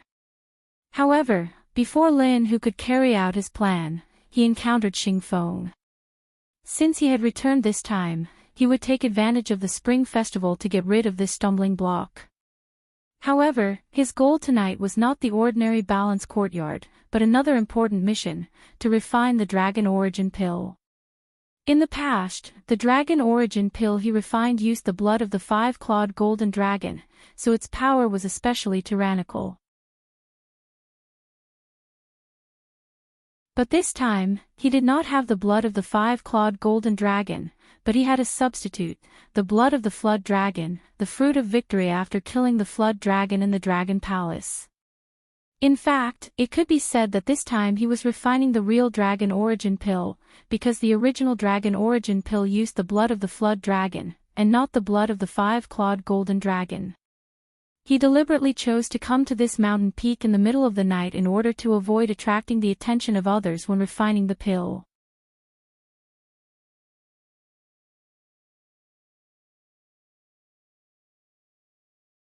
Chapter 537. Tang Jing gently waved his hand and the 9 revolving pill furnace flew out of his sumra bag and steadily landed on top of the mountain peak.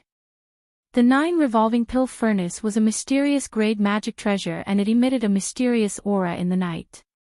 He had already prepared the medicinal ingredients and placed them into the cauldron. Then, he focused his mind and calmed his breathing as he circulated the ancient clear heaven scroll.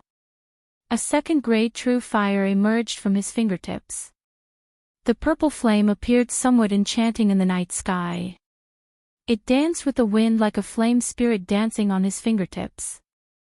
Now his control over the true fire was very good. Although the true fire had only reached the second grade realm, it was enough for normal alchemy. Looking at the flame on his fingertips, his heart was moved. Since he had enough Flood Dragon blood essence, he could refine a large amount of Dragon Origin pills. Not only for himself, but also for the people around him. Because the enemy was getting stronger, in addition to arming himself, he also had to arm others. In the future, he would have to refine pills frequently. The 9 revolving pill furnace and the true fire were especially important as both of them had to be upgraded. The 9 revolving pill furnace was originally an earth-grade magic treasure and was a rare alchemy treasure. Now that it had been restored to the mysterious grade, it was only a step away from its peak state. I must find a way to upgrade it. Tang Zhang made up his mind. In addition, the true fire in his body was a second-grade true fire. There were a total of 6 grade true fires, so his true fire was still weak and there was still a lot of room for improvement. However, this was not something that could be improved just because he said so. He still had to carefully ponder over it. He calmed himself down and with a flick of his finger, the second-grade true fire flew into the 9 revolving alchemy furnace and enveloped the herbs, burning and tumbling them. He continuously formed seals and one by one he sent them into the 9 revolving pill furnace. The aura of heaven and earth suddenly changed and the spiritual qi in the air was sucked into the furnace. Tang Zhang was slightly surprised. Looking at the chaotic aura of heaven and earth, he muttered to himself, the spiritual qi of this ordinary balance mountain peak is much richer than before. What is going on? He frowned. A change in spiritual qi was not a simple matter. There must be a reason for it. Suddenly, he thought of something. Could it be because of the Tree of Life? Lingner had once said that the Tree of Life could improve the air quality and replenish the thin spirit chi. Could this be the result of the Tree of Life's transformation? He felt that it was somewhat inconceivable. One had to know that the Tree of Life had only appeared for a few days, and it had already improved the spirit chi of heaven and earth so quickly.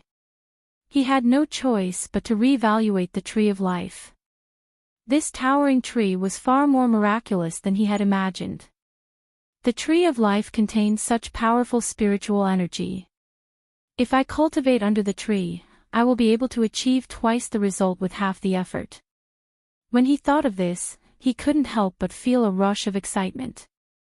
This was truly too tempting. No cultivator would be able to resist this kind of heaven-defying temptation, and Tang Zheng was no exception. I must go there after the new year to see if I can gain anything. He secretly made up his mind. A large amount of spiritual energy was sucked into the 9 revolving alchemy furnace. Once the second-grade true fire came in contact with the spiritual energy, it burned even more vigorously and illuminated the interior of the furnace with a sparkling purple light. Time passed little by little. The medicinal properties of the herbs were extracted and turned into a large liquid ball. It was wrapped by the true fire and was constantly rolling. The impurities in the medicinal dregs turned into gas and soared into the air before dissipating with the wind. Flood dragon blood! Tang Jing shouted. A mass of flood dragon blood wrapped in true chi flew out from his sumra bag and was directly thrown into the 9 revolving alchemy furnace. Boom! It was as if the flame had encountered an accelerant. It soared into the sky, turning the entire mountain peak purple. The 9 revolving alchemy furnace also began to rapidly revolve. In the end, a vortex formed above the alchemy furnace. The spiritual energy of the world was rapidly sucked in, and a strange fragrance began to spread out from the furnace. As the sky gradually brightened, the furnace stopped rotating. The thin layer of snow on the mountain peak had completely melted. The grass and trees were nourished and glowed with vitality. 15 Dragon Origin Dawn. Looking at the golden pills in the furnace, Tang Zheng was overjoyed. Last time, he used the 5-clawed golden dragon blood to refine 10 Dragon Origin Dawn. This time, there were 15 Dragon Origin Dawn, 5 more than last time. Regarding this, he was not surprised. The Dragon Origin Dawn refined by the 5-clawed golden dragon were too overbearing, so he could only refine 10. But this time, he was able to refine 15 Dragon Origin Dawn. These were the true Dragon Origin Dawn that could be directly consumed. It was not like before where he could only consume them under certain circumstances. Otherwise, there would be a danger of his body exploding. He carefully put away the Dragon Origin Dawn and floated down the mountain. His speed was very fast and soon he arrived in front of the ordinary balance courtyard. The ordinary balance courtyard was currently being decorated to add a festive atmosphere. Lin, who had once said that before the holidays, the ordinary balance courtyard would earn a lot of money. Even the spring festival was no exception. This was because many people liked to invite guests to the ordinary balance courtyard. This place represented a kind of class and could increase the host's face. Although the ordinary balance courtyard was filthy, it had a good reputation among the upper echelons. Many people even brought their families here to enjoy themselves. It could almost satisfy the needs of customers of all ages. Looking at the busy ordinary balance courtyard, Tang Zheng's eyes flashed with a cold light. He sneered, "I'll let this place be glorious for a few more days. After the spring festival, I'll come back to clean up this mess. Song Yu, you secretly made things difficult for me, so I won't let you have an easy time. I'll start with the ordinary balance courtyard." On the 29th of December, every household was busy. Tang Zheng was no exception. He put up spring festival couplets and cleaned up. He was extremely busy. This was the first time that Ling had experienced such things. She was so excited that her face was red. She was busy here and there. Everything was new to her. If only Nana was here. She would definitely be very happy to see so many fun things. Ling said with some disappointment. In the past few days, she had met with Nan Nan. These two girls seemed to have a tacit understanding of each other and were able to get along very well. There were many times when they would get together and play together. There was no need to mention how happy they were.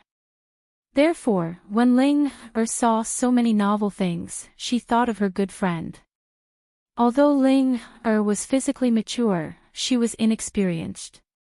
Her mind was not mature. She was equivalent to a 10-year-old child. Hearing her mention this, Tang Zhang's head slightly moved. Mu Hongyan and Nana were alone in the ordinary balance courtyard. When the spring festival came, it would be very lonely. Anyway, the spring festival was lively. He might as well call them home and have a happy spring festival together. When Tang Jing proposed this to his grandfather supported it with both hands. When people were old, they wanted to have fun. Tang Jing immediately contacted Mu Hongyan. The phone rang a few times before the other party picked up. Tang Jing, what's the matter? Sister Mu, what are you busy with? I'm still refining various business plans. These things will be needed after the spring festival. They can't be delayed. Mu Hongyan said seriously. Tang Jing was shocked and asked, You're still working? Mu Hongyan was a free person. Tang Jing left everything to her to manage. He did not expect her to work so hard. It was already the 29th of December and she was still working. I'm at home. Mu Hongyan said with a smile. It's the spring festival. Aren't you going to accompany Nana? She's playing by herself. It's fine. Then how are you going to celebrate the spring festival?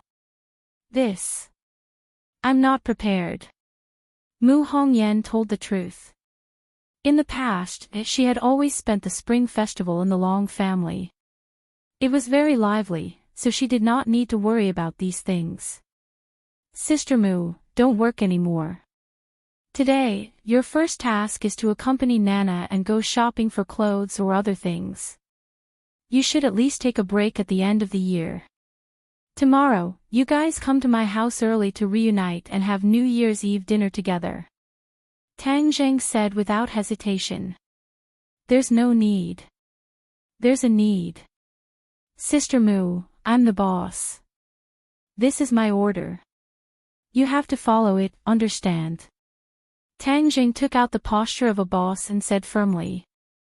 Mu Hongyan laughed involuntarily. Don't all bosses want their employees to work hard?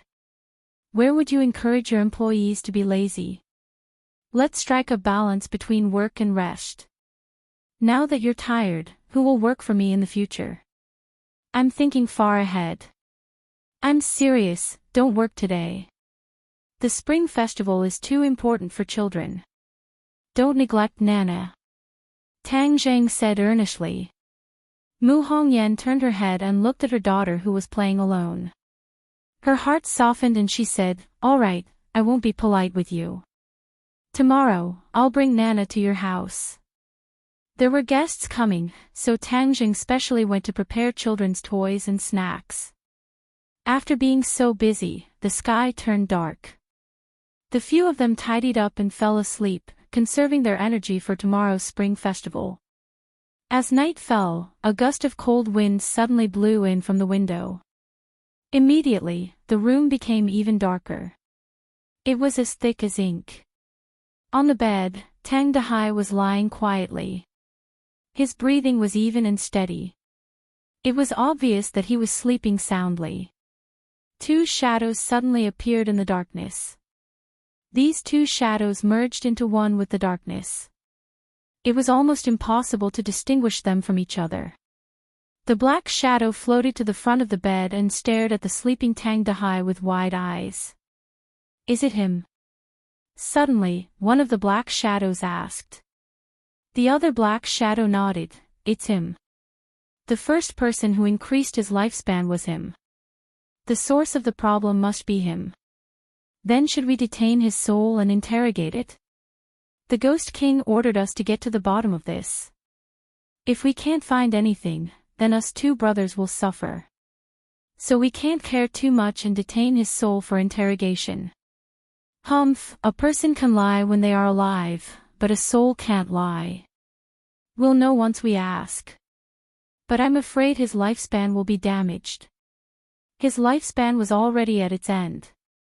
I don't know what method he used to extend his lifespan by so much, but he even gained 10 more years of lifespan. How preposterous. Even if something really happens to him, he deserves it. He only has himself to blame. The higher-ups won't blame us, right? What's there to be afraid of? When we return his soul, he won't die. Us two brothers can still guarantee that he will live for another 10 years. Humph, but these 10 years I'm afraid he will be seriously ill in bed like a living dead. But as long as he doesn't die, no one will pursue us.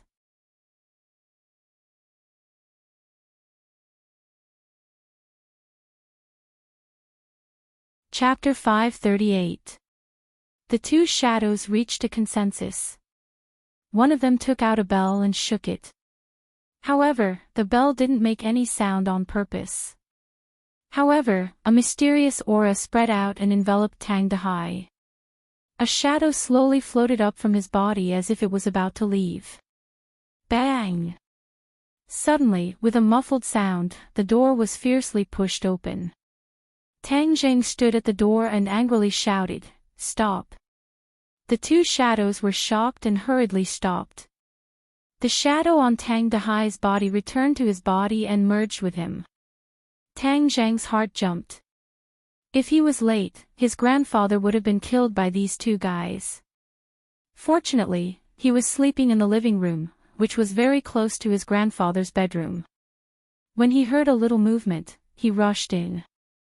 "Ah, he can see us," cried the black shadow in panic. "Of course he can see. What are you?" Tang Zheng did not ask who they were, but what they were. This was because he had already determined that they were not human. The yin qi on their body was very dense and was quite rare. If Huang Xiang or War Spirit were here, they would definitely like this dense yin qi. After Huang Xiang returned to the ordinary balance, he was placed in a special place by Tang Zheng. War Spirit and the two shooting sun arrows were still in the hands of the martial organization sect master. The shadow looked at Tang Zheng in disbelief and asked, "Who are you? How can you see us? You just wanted to hurt my grandfather, right?" Tang Zheng asked sternly. One of the shadows had an idea and shouted, "I know, he is a cultivator. He is not a cultivator of this world. He has been expelled. How can there still be?" Seeing that the other party did not answer, Tang Zheng's face turned ashen. With such a big movement, the old man did not wake up. Then there must be a problem. In addition, Tang Zheng gradually smelled a familiar aura from the other party. It was the aura of the ghost realm. He had dealt with the ghost realm visitors several times. He was even chased by a ghost general. But the yin qi on the two was obviously stronger. If he really was a guest from the ghost realm, then he must be in existence more powerful than the ghost general. The ghost realm suddenly came here, which meant that something must have gone wrong, and it was related to his grandfather's safety. If he didn't get to the bottom of this, Tang Zheng wouldn't be able to sleep.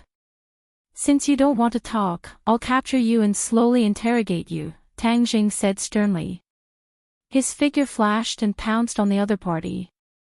The other party was enraged and roared, "How dare you! A little Xiuzha dares to oppose our ghost marshal, today we'll make your soul scatter." Ghost marshal. Tang Zheng remembered this term. Since they were ghost marshals, they were definitely stronger than ghost generals. Facing two ghost marshals, he didn't know if he had the confidence to win. Furthermore, this was a residential area, so many divine abilities could not be used, such as the heaven-shocking bow and the sun-shooting arrows. If they were to be used, then this building would be almost destroyed. Therefore, Tang Jing used his hand as a sword and quickly thrust it out. Before the first move was over, the second move was up, and the third move was dazzling, as if there really was a sharp sword in front of his eyes that was attacking him. The ghost marshal was not a fake either. He could tell with a single glance that Tang Jing was not an ordinary cultivator. He was extremely powerful. The two of them shouted at the same time, "How dare you!" Two black lights soared into the sky, directly meeting Tang Jing's attack. The two sides immediately began to fight, flashing and moving about in this small space. The furniture was destroyed one after another, and the ground was in a mess. In the end, only the bed that Tang Dehai was sleeping on was intact. In order to protect his grandfather from being implicated, Tang Zheng's strength was reduced by a few points, and it was hard to tell who would win. For a moment, no one could do anything to the other.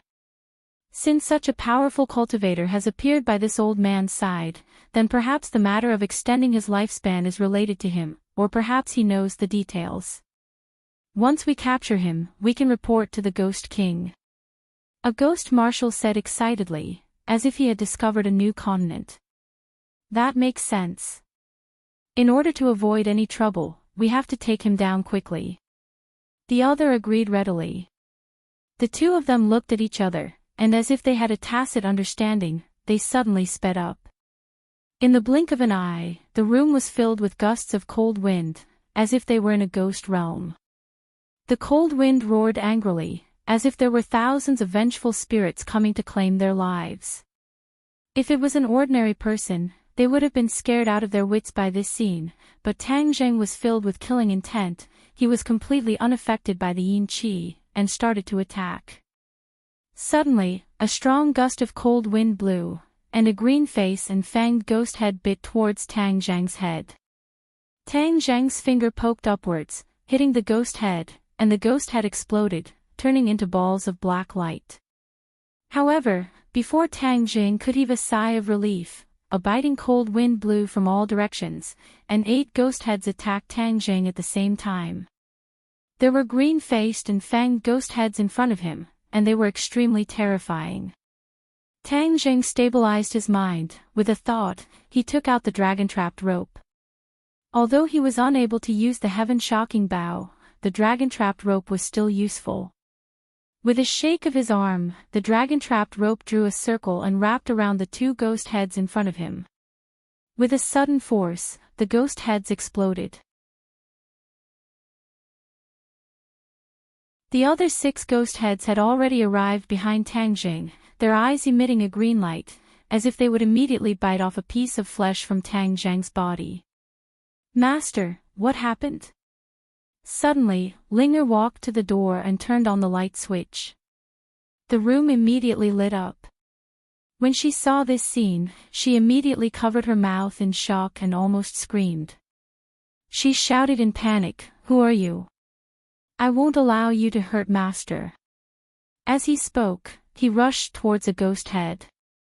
As if the ghost head had a mind of its own, it changed its direction and directly bit her body. "Be careful!" Tang Jing shouted in shock. This ghost head was not simple, it was condensed from yin qi and evil qi. If it was bitten, then these qi would enter the meridians and cause great harm to the human body.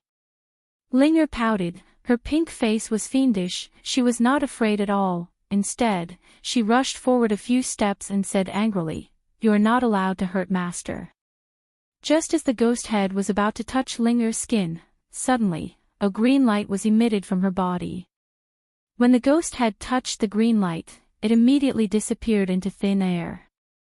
Seeing that Linger was safe and sound, Tang Jing finally heaved a sigh of relief. In fact, ever since Linger had transformed into a human, he had never asked about Linger's strength. This time, seeing that the ghost head could not gain any advantage in front of Linger, he secretly guessed that although Linger was innocent, her instincts were not weak.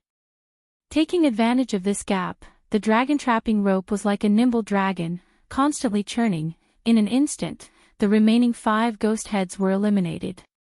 Linger, take Grandpa out, protect Grandpa. Tang Jing anxiously ordered. Master, Linger wants to protect you. Linger volunteered. They can't hurt me, Linger, your task is to protect Grandpa. Oh. Linger pouted. She seemed to be distressed and regretful that she could not protect Grandpa, but she did not object. She supported the unconscious Tang Dahai and stepped out of the house. Shengxian, do you need my help? Gue Qiansui also staggered to the door, but Xiao Bai was lying on its back, too lazy to move. It raised its head and looked at the 2 ghost commanders, as if it had no interest, and lazily lay down again. Since absorbing the magma in the cave, Xiao Bai had turned into a ball, inconvenient to move, and also became lazy. Finally, after discovering Gue Qiansui, this free mobility tool, it did not even need to walk, and spent most of its time lying on Gue Qiansui's back, letting it carry it. Regarding the little guy's mischievous appearance, Tang Zhang had no choice but to let it do as it pleased. At this moment, seeing its dull appearance, which was completely different from its previous aggressive temperament, he could not help but find it funny. You all step back, protect Grandpa and Linger, I can deal with the 2 of them alone. After a period of fighting, Tang Jing gradually figured out the strength of the other side. These 2's fighting strength was indeed higher than the ghost generals, but after Tang Jing had the help of the dragon-trapping rope, it was obviously impossible for the other side to escape. The 2 ghost commanders also saw this point, so their expression became nervous. The 2 looked at each other and nodded, as if they had reached some kind of tacit understanding. Then, one of them took the lead to rush towards Tang Jing, and with a wave of his hand, several ghost heads flew in front of him towards Tang Jing. The other one took out a token. The token flashed with a black light, and the air fluctuated violently. Gotcha! It was as if the space was torn apart, and a black door suddenly appeared. There was not a trace of light behind the door. It was as dark as ink, and it was impossible to see what was behind the door. However, a dense yin qi drifted out from behind the door, causing people's hearts to tremble violently. Tang Jing recognized the door at a glance, and exclaimed, Ghost Gate. Seeing that Tang Jing recognized the Ghost Gate, the 2 ghost commanders' eyelids twitched. The average person did not have such knowledge, so they were certain that the increase in lifespan was definitely related to this cultivator, so they could capture him and report back. Want to escape? No way. Of course, Tang Jing could not let these 2 escape, otherwise, what would happen if the ghost realm sent more powerful experts? Moreover, he still had not figured out what was going on. Why would the ghost commanders come to find Grandpa? Didn't Grandpa still have 10 years of lifespan? Now was not the time to reap souls, and it was even more impossible to let these 2 ghost commanders become soul reapers. There was something fishy about all of this. With a wave of his hand, the dragon-trapping rope shot down several ghost heads, and Tang Jing leaped, attacking the ghost commander near the ghost gate. He had to tie him down and prevent him from escaping back to the ghost realm. If that happened, it would be harder than ascending to the heavens to pursue him. The ghost commander seemed to be scared silly. Seeing Tang Jing attack, he stood motionless in place, as if waiting for Tang Jing to attack. With a wave of the dragon-trapping rope, it immediately wrapped around the opponent, but the ghost commander rushed towards Tang Jing, opening his arms and hugging Tang Jing's waist. Tang Jing felt a chill in his heart. What was going on? Before he could understand, he felt his back tighten. The other ghost commander had also pounced over, hugging him with both hands, one in front and one behind. The 2 of them were like drowning people grabbing onto a life-saving straw, not letting go no matter what. Then, carrying Tang Jing, they flew into the ghost gate.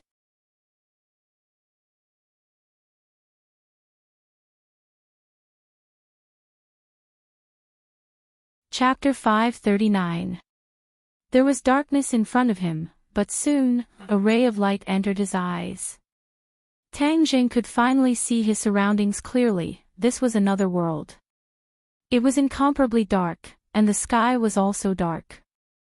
This was definitely not the night, but another world. The dense yin qi reminded Tang Jing that this was the ghost realm. This was the final resting place of the dead, and definitely not a place where a living person like him should go. The yin qi was like little worms that devoured his life, trying to drill into his body and kill him.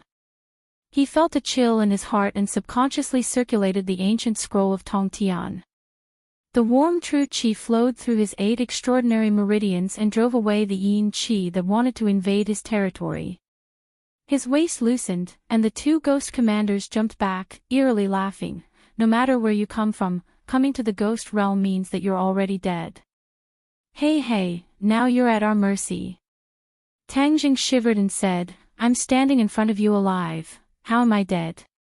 You're not dead right now, but you will be very soon. The ghost realm is a place where ghosts come from. You brought your body here, and it won't be long before the yin qi corrodes your body, tormenting you to death. Then we'll capture your ghost and report back. Report back? What report back? Tang Jing did not understand the others' intentions, but since they were so confident, he might as well get some information out of them. The 2 ghost commanders clearly relaxed their vigilance, and proudly said, There's no harm in telling you now. Many people in the human world suddenly have 10 more years of life. Of course we have to investigate thoroughly. In the end, we found that the source was actually that old man, so we speculated that this matter was definitely related to him. We're really too smart, guessing right. I'm afraid the culprit behind all this is you, right? Tang Zheng's eyelids jumped, and he finally understood what was going on. The problem was with the life-continuing pill. Although Tang Jing did not know much about the ghost realm, from Tian Chanzi's words, he roughly understood that the ghost realm was another world that specialized in managing ghosts after death. As for the specific situation of the ghost realm, Tian Chanzi was not clear about it, because he also knew little about this strange world. Most of what he knew was from the seniors in the sect. When the ghost realm discovered that many people had suddenly gained 10 years of lifespan, they would definitely investigate and intervene. Tang Dehai, the first person who had his lifespan extended, became the primary target of investigation. Tang Jing couldn't help but feel a little regretful. The ghost realm was only investigating this matter now because there was a sudden increase in the number of people who had their lifespans extended recently. Otherwise, they would have come to investigate long ago. This was definitely related to him auctioning off the life-continuing pills. Some of those life-continuing pills must have already been consumed by others and had the effect of prolonging their lifespan. The ghost realm had discovered that there was an increase in the number of life-prolonging pills, so they started to investigate. If Tang Jing did not sell this batch of life-prolonging pills, the ghost realm would not have paid so much attention to this matter. Although the life-continuing pill is a good thing, it seems that it also has side effects. Attracting the ghost realm's investigation or pursuit for money is not a good thing. In the future, I can't wantonly refine the life-continuing pills. That would cause complete chaos and also bring me unnecessary trouble. Tang Jing silently made up his mind. Seeing that Tang Jing was silent, the 2 ghost commanders sneered, looking at your reaction, this matter was definitely done by you. We are very curious as to how you did it. Tang Jing coldly snorted and said, It's none of your business. This is related to the survival of the ghost realm, how can we not care? The ghost commander angrily roared. The survival of the ghost realm. You should have heard of reincarnation, right? Tang Jing nodded. This was Hua Xia's oldest legend, but many people were skeptical because it was too mysterious. It seems that this was not an illusion, but a real thing. Hee, foolish human, it seems that you do not know the details. That's fine, the yin qi will still take some time, so we will tell you. After all, you will know after you die. The ghost commander proudly said.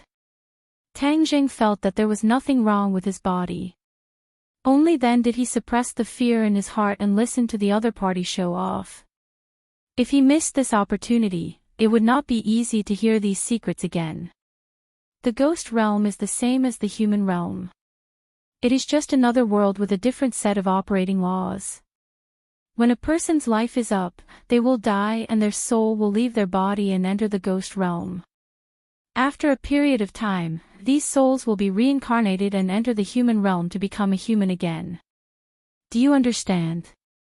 Tang Jing suddenly understood, but he was still full of doubt and asked, "You are saying that anyone can be reincarnated after they die?" Anyone? Ha, what a joke, of course not. Do you think that everyone is so lucky? For example, people like you who disturb the order will be thrown into the 18 layers of hell after they die. They will suffer torment and pain until their soul is scattered, completely disappearing from this world. As for others, as long as they perform well in the ghost realm, they will naturally have a chance to be reincarnated as a human. Otherwise, they will be muddle-headed and enslaved in the ghost realm for the rest of their lives. When Tang Jing heard this, he was furious. After he died, he had to suffer the pain of the 18 layers of hell. Who set this rule? If an ordinary person heard this, they would have been scared to the point of kneeling and begging for mercy. But Tang Jing was different. As his strength grew stronger, he became more and more confident in himself. Only the pair of fists in his hands was the absolute truth. Only then could he defend his rights and dignity. Then who decides whether a person is enslaved or reincarnated? Of course it is the King of Hell. If you are chosen by the King of Hell, then you can naturally be reincarnated earlier, or enjoy glory and wealth in the ghost realm. Tang Jing felt a chill run down his spine. The ghost realm was just like the human realm, full of all kinds of ugliness. It turned out that everything was based on relationships. In an instant, he no longer had a good impression of the ghost realm, nor did he have the slightest respect or fear for them. I don't know what method you used, but it can actually increase a person's lifespan. If more and more people don't die, then the ghost realm will have no source of ghosts, and ghosts will have to be reincarnated at every moment. There will only be output, but no input. In the end, there will be no ghosts in the ghost realm. Wouldn't that be chaos? But now that we have caught you, the main culprit, there will be no more troubles in the future. There will be an endless stream of ghosts entering the ghost realm. We can be carefree again. Why aren't you dead yet? A ghost marshal suddenly stared at Tang Jing and asked suspiciously. That's right, the yin qi should have already invaded his body. How can he still be standing there unscathed? Another ghost marshal exclaimed in disbelief. Tang Jing's body was warm, and he did not feel any discomfort. He gradually understood that perhaps ordinary people would definitely be killed by the yin qi in the ghost realm, but to him, his pure yang energy had completely offset the yin qi, and the yin qi had no way of entering his body, causing the ghost marshal's plan to fail. Tang Jing sneered. He looked at the other party with ill intentions, and said, I already know the information I want, now it's your turn to die. I'm very curious if you can reincarnate after you die. Ghost Marshal's expression changed greatly. Although they were strong, they were still ghosts in essence. Once they were killed, their souls would scatter and they would completely disappear from this world. They would not have the chance to reincarnate. From the other party's reaction, Tang Jing had also guessed the answer, and his killing intent soared. These two people already knew his identity, so they definitely could not let the tiger return to the mountain. Tang Jing roared, and summoned the heaven-shocking bow and the sun-shooting arrow. In the ghost realm, he did not have to worry about the problem of destructive power. The stronger the external force, the sooner he could take care of them. Tang Jing pulled open the bow and arrow, and the expressions of the two ghost marshal changed, because they could already feel a powerful aura from the bow and arrow. "Let's go all out." Ghost Marshal looked at each other and roared. With a wave of his hands, two bells appeared in their hands. The bell was silent, but every time it shook, the cold wind between heaven and earth would become even stronger. Waves of ghost cries came from all directions, causing people to shudder. Previously, I was unable to unleash the full power of the soul summoning bell in the mortal world. Now, I'll let you try it. The ghost commander roared out.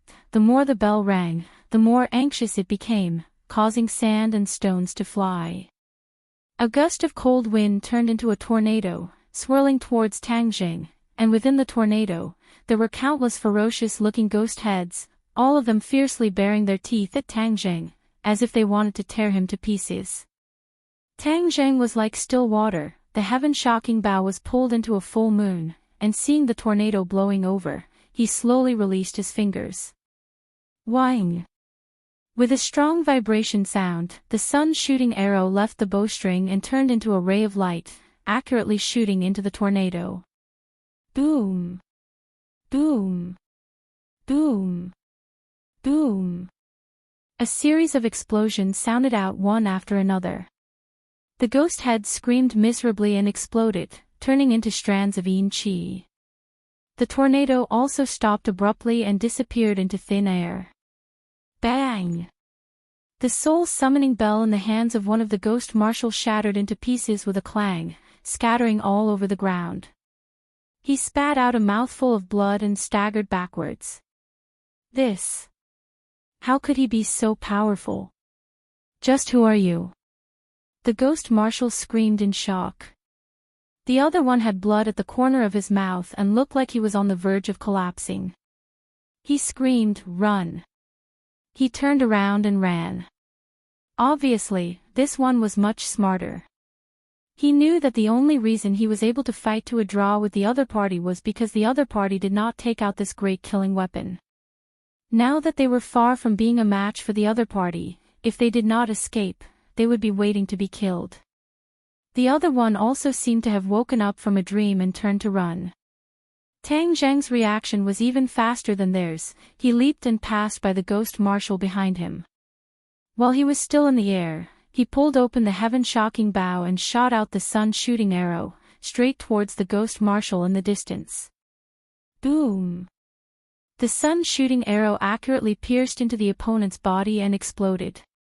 A miserable scream came to an abrupt end as the ghost marshal turned into black smoke and dissipated into the air.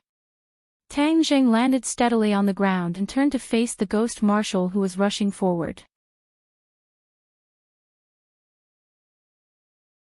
The other party anxiously stopped and looked at Tang Jing in fear and uneasiness, shouting, "If you kill me, you will cause a huge mess. If you go against the ghost realm, you will definitely die."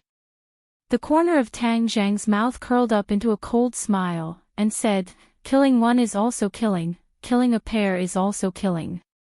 Furthermore, you are not the first person from the ghost realm to die in my hands. I know, the ghost messengers and ghost generals that disappeared back then were also killed by you." The ghost marshal seemed to have awoken from a dream, but he was extremely shocked. "Since you know, then prepare to die."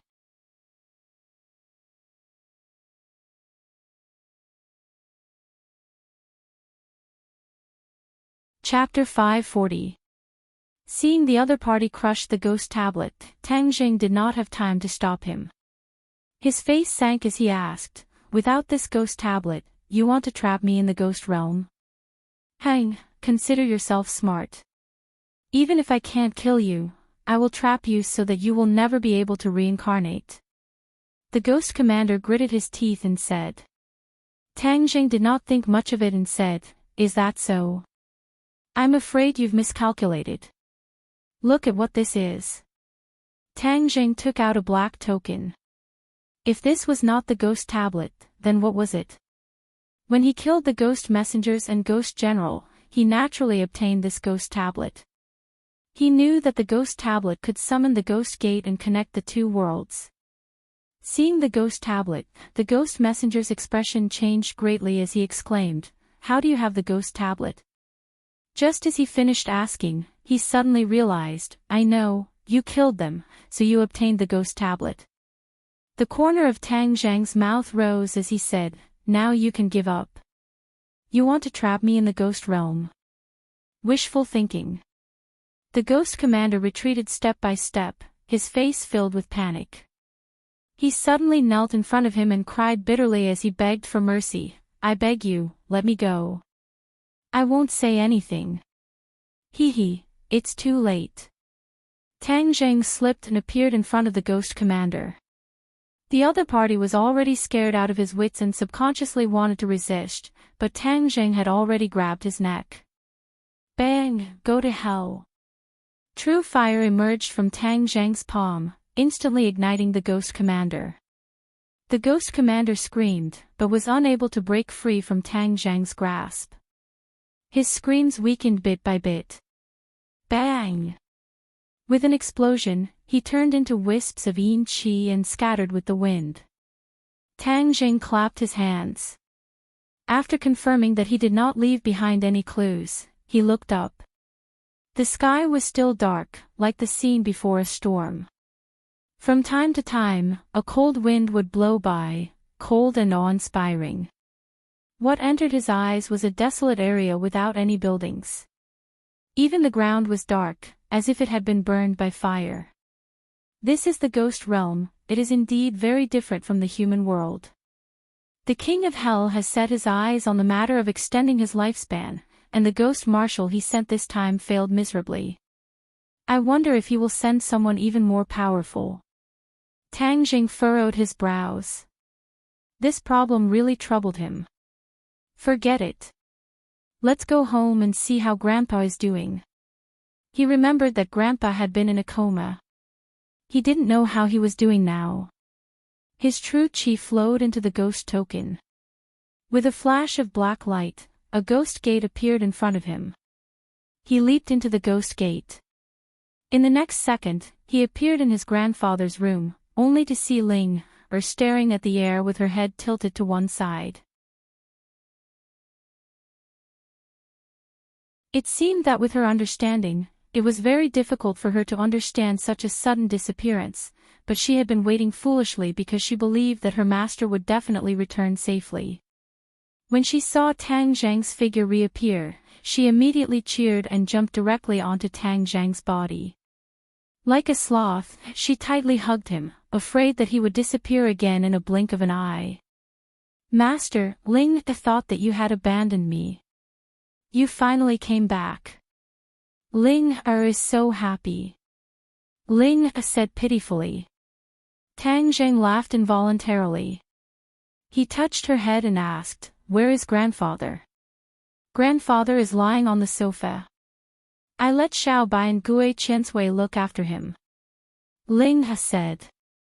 Tang Zhang strode into the living room.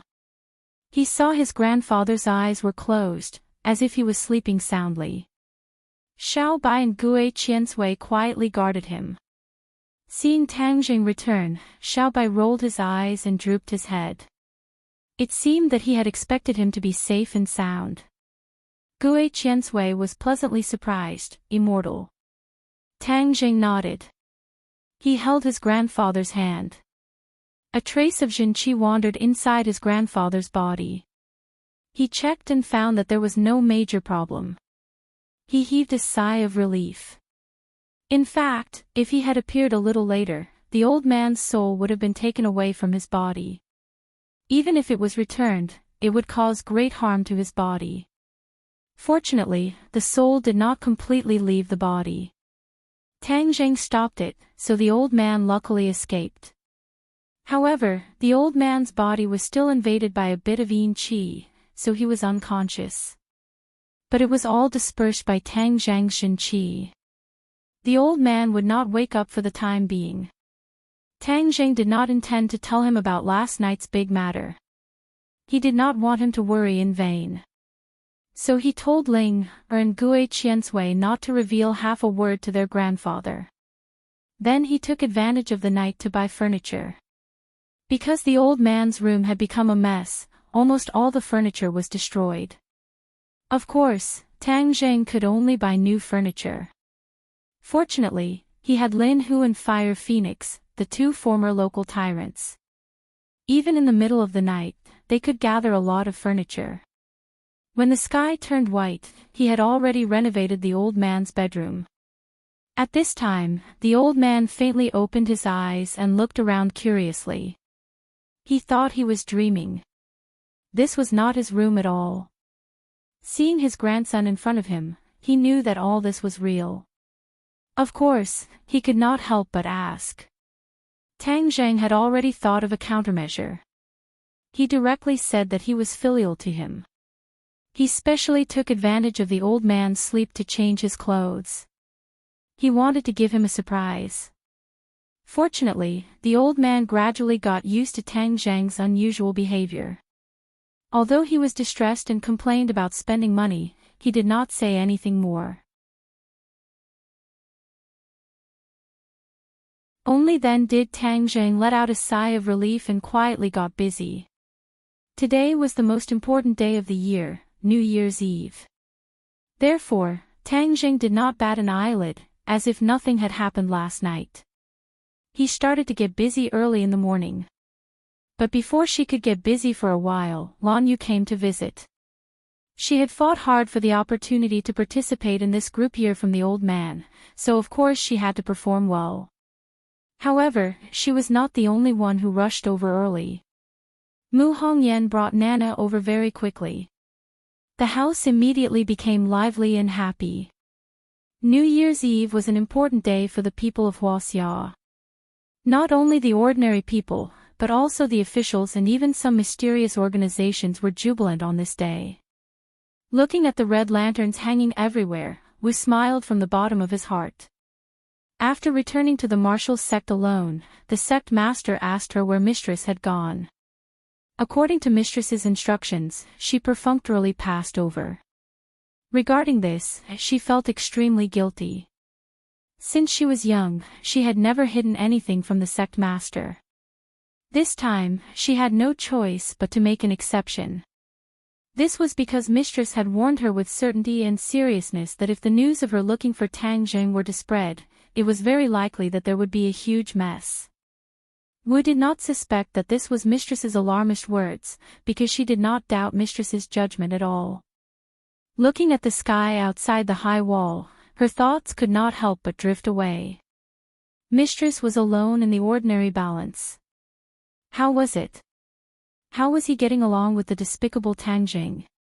Yes, she now defined Tang Zheng as a despicable fellow. This guy didn't know what was good for him.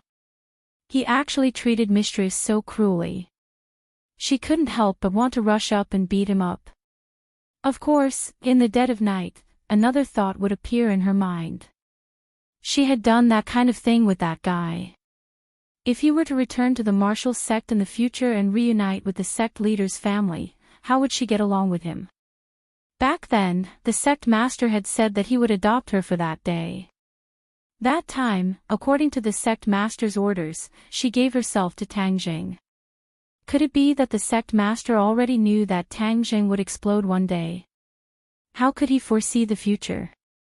Moreover, since the sect master knew that Tang Zheng was still alive, why didn't he look for him before? With the strength of the martial sect, even if it was like looking for a needle in a haystack, looking for a child in a busy crowd was not impossible. Why didn't the sect master take action? In addition, no one else knew that Tang Zheng was still alive. Why didn't he even tell his wife? Wasn't that too cruel? She calmed down and thought about it one by one. She found that there were many suspicious points. The sect master and mistress that she was very close to had too many secrets that she was unable to understand. Even the entire martial sect was covered with a layer of mystery. Even she, who grew up in the martial sect, was unable to see through it. Unknowingly, her delicate eyebrows were tightly knitted together. She retracted her gaze from the distant horizon. The people of the martial sect were constantly busy preparing for the New Year's Eve banquet. The martial sect also had to celebrate the new year. During the martial sect's childhood, for 365 days, other than the New Year's Eve, they had to practice hard on the rest of the days. Therefore, whenever the new year was approaching, she would silently hope that the day would come quickly so that she could play without any worries. Now that she had grown up, this feeling was getting fainter and fainter. Everything had turned into a meeting. But when she thought about it carefully, she felt that those days were exceptionally beautiful. Suddenly, her gaze turned cold as it locked onto two people who walked in from the door. One was the Great Elder, the other was an old granny. Ever since the Great Elder returned from the 10,000 huge mountains with injuries, he had been living in seclusion and had become somewhat mysterious. Even martial sect rarely saw him. Why did she bring an old granny to the martial sect this time? One had to know that the martial sect was not an ordinary place.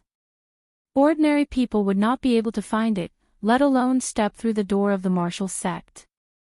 That was simply a fool's dream.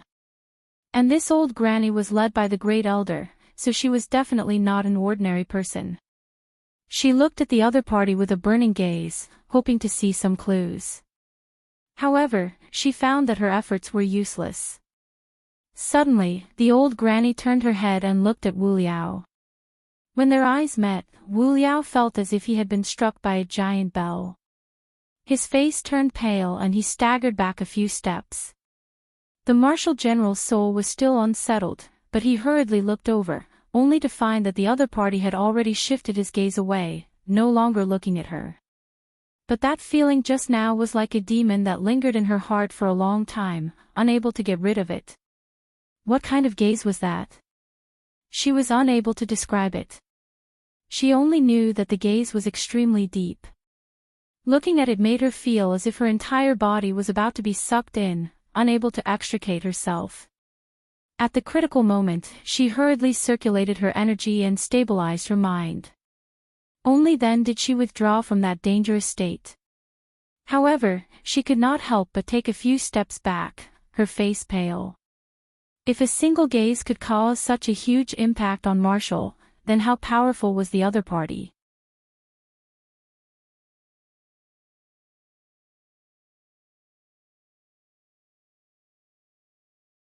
Chapter 541. This old woman was no ordinary person, but the palace master of the Li Palace. Wu Junshan was surprised to see her. This was the first time the palace master of the Li Palace had come to visit him since he took charge of the martial arts sect. As the saying goes, those with good intentions don't come. Although the Li Palace and the martial arts sect were one of the two mysterious organizations, they didn't have much interaction with each other, let alone friendship. What was the reason for her sudden visit? Wu Junshan had a few thoughts in his mind as he quickly walked to the door. The two of them were of similar status, and because the princess was older, Wu Junshan didn't want to neglect her to prevent others from gossiping. Wu Junshan cupped his hands and bowed. Palace Masterly, what a rare guest. It turned out that both the palace master and the holy maiden were surnamed Li, and the palace master was called Granny Li. She was still leaning on her walking stick, like an old woman with one foot in the grave. Her eyes were completely covered by wrinkles. She looked at Wu Junshan with a smile and said, "Sect Master Wu, how have you been?" "Thank you for your concern, Palace Master Li. I heard that you've been cultivating in seclusion for a long time, and it seems that you've gained a lot." Wu Junshan said meaningfully, but his heart was shocked. In the past, his cultivation was on par with hers. Although she had lived for decades and cultivated for decades longer, Wu Junshan was quite talented in martial arts and could be called a genius. Therefore, he had reached the 7th level of the Grandmaster realm in his middle age. But now, it seemed that the older the ginger, the spicier it was. Granny Li had surpassed him and reached the 8th level of the Grandmaster realm. Wu Junshan knew that the further one went on the path of martial arts, the harder it was to break through each level. It was not easy for Granny Li to achieve this. However, Wu Junshan wasn't jealous, nor was he discouraged. He believed that with his talent and hard work, he could surpass her in the future. Sometimes, age could be the biggest advantage. Wu Junshan was younger than Granny Li by a few decades. One day, he would stand at the peak again. Granny Li smiled. Wrinkles covered her face like the bark of an old tree, contrasting sharply with Wu Junshan's smooth and delicate skin. "What brings Palace Master Li here?" Wu Junshan asked. Granny Li took a deep look at the other party and said, "Of course it's an important matter. I heard that something unexpected happened to the martial sect. Third elder and fourth elder both met with misfortune. This is really a pity." Wu Junshan's expression did not change, but his heart skipped a beat. He said, "The two elders sacrificed themselves for the martial sect. Everyone in the martial sect respects them. Indeed, I miss them very much. Back then, this senior had a lot of interactions with them."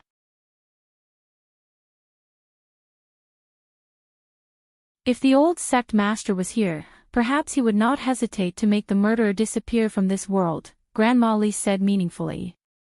Wu Junshan's expression turned solemn as he asked, "What do you mean, Palace Master Li?" "I just heard that the murderer is still at large, and I feel a little regretful." "Oh right, I also heard that the culprit was actually a cultivator. Hasn't the martial sect always adopted a zero-tolerance attitude towards cultivators? Why is it that this time, the murderer is being ignored?" Wu Junshan's expression became more and more serious as he stared at Granny Li and asked, "Is there a hidden meaning in your words?" Is there? Palace Master Li, this is the martial sect's business. There is no need for outsiders to tell us what to do." Wu Junshan said bluntly. "Sect Master Wu has such a big temper. Even when the old sect master was alive, he did not have such a temper with me. Truly, the new generation excels the old. I'm just stating the facts. Today is New Year's Eve. If Palace Master Li is sincerely here as a guest, then this Wu will welcome you with open arms. If Palace Master Li wants to use your status to tell us what to do, then I'm sorry, but this Wu has no time to argue with you." Wu Junshan said grandly. Granny Li's smile did not fade as she said, "I have been friends with the old sect master for many years. Since he is no longer here, of course I have to ask about the martial sect. The martial sect master is young and hot-blooded. If he makes a mistake and brings serious consequences to the martial sect, then I won't have the face to meet the old sect master in the future." Although these words were said casually, there was a lot of information in her words. She really wanted to fight to the death and interfere with the martial sect's business. Wu Junshan's heart burned with anger. The martial sect and the Li Palace had not interfered with each other all these years. If she wanted to interfere just because of a few words, then what was Wu Junshan? See the guest out. Wu Junshan directly sat back in his chair and coldly shouted. Granny Li did not move, and no one asked her to leave. Wu Junshan's thick eyebrows formed a Chuan character. He turned his head to look at the indifferent head elder. This kind of thing was obviously done by the head elder, but since he did not move, then things became complicated. Wu Junshan was extremely intelligent. He immediately sensed that something was amiss. Suppressing his anger, he repeated, "First elder, see the guest out." The head elder stood up, but did not send Granny Li away. Instead, he faced Wu Junshan and said, "Sect Master, Palace Master Li and the old sect master are old friends. Seeing that something is wrong with the martial sect, of course she has the right to ask." Nonsense. Hearing this, Wu Junshan immediately concluded that there was something fishy about the other party. They really did not come with good intentions. Bang! He slammed his palm on the armrest of the chair, making a loud noise. He shouted, "How can an outsider interfere in the martial sect's affairs? Head elder, as an old member of the martial sect, don't you understand this principle?" The head elder was not afraid at all. He said, "Of course I understand. But this matter concerns the survival of the martial sect. I cannot turn a blind eye." A bunch of nonsense. Sect Master, then let me ask you a question.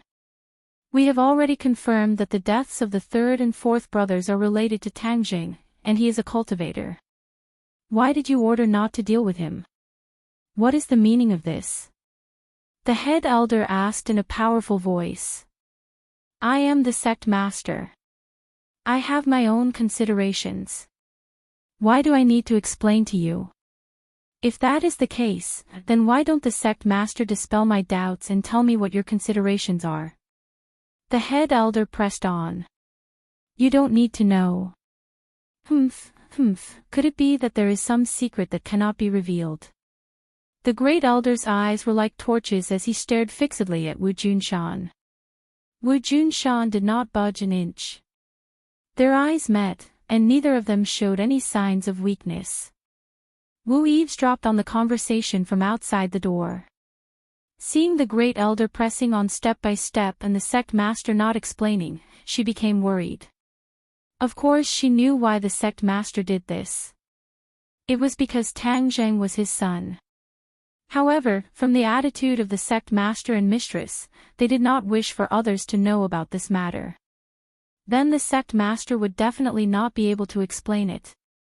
If he could not explain it, then he would not be able to satisfy the great elder. What should he do now? Wu was rather respectful to the elders, but this kind of respect was much worse than the respect he had for the sect master. Especially when she saw the great elder bringing an outsider to the sect master to denounce him, her impression of the great elder plummeted. The two of them being so aggressive towards the sect master made her extremely angry. She rushed in with large strides and complained, "Great elder, how can you speak to the sect master like that?" Everyone's attention was immediately attracted to Wu. The great elder's face was ashen as he said, "Wu, this is none of your business." Scram! However, it was as if Wu's feet had grown roots as he did not move an inch. Instead, he glared at the great elder and said indignantly, "Great elder, this is our martial sect's business. How can we let outsiders interfere? This is simply a joke to outsiders. What do you know? This is not the place for you to speak. I'll say it again. Scram!" The great elder roared at the top of his lungs. Marshall remained motionless. Grandma Li looked at Wu with a smile and said in a strange tone, "This must be sect master Wu's disciple. Truly a famous teacher produces a brilliant disciple. He even dares to be so disrespectful to an elder."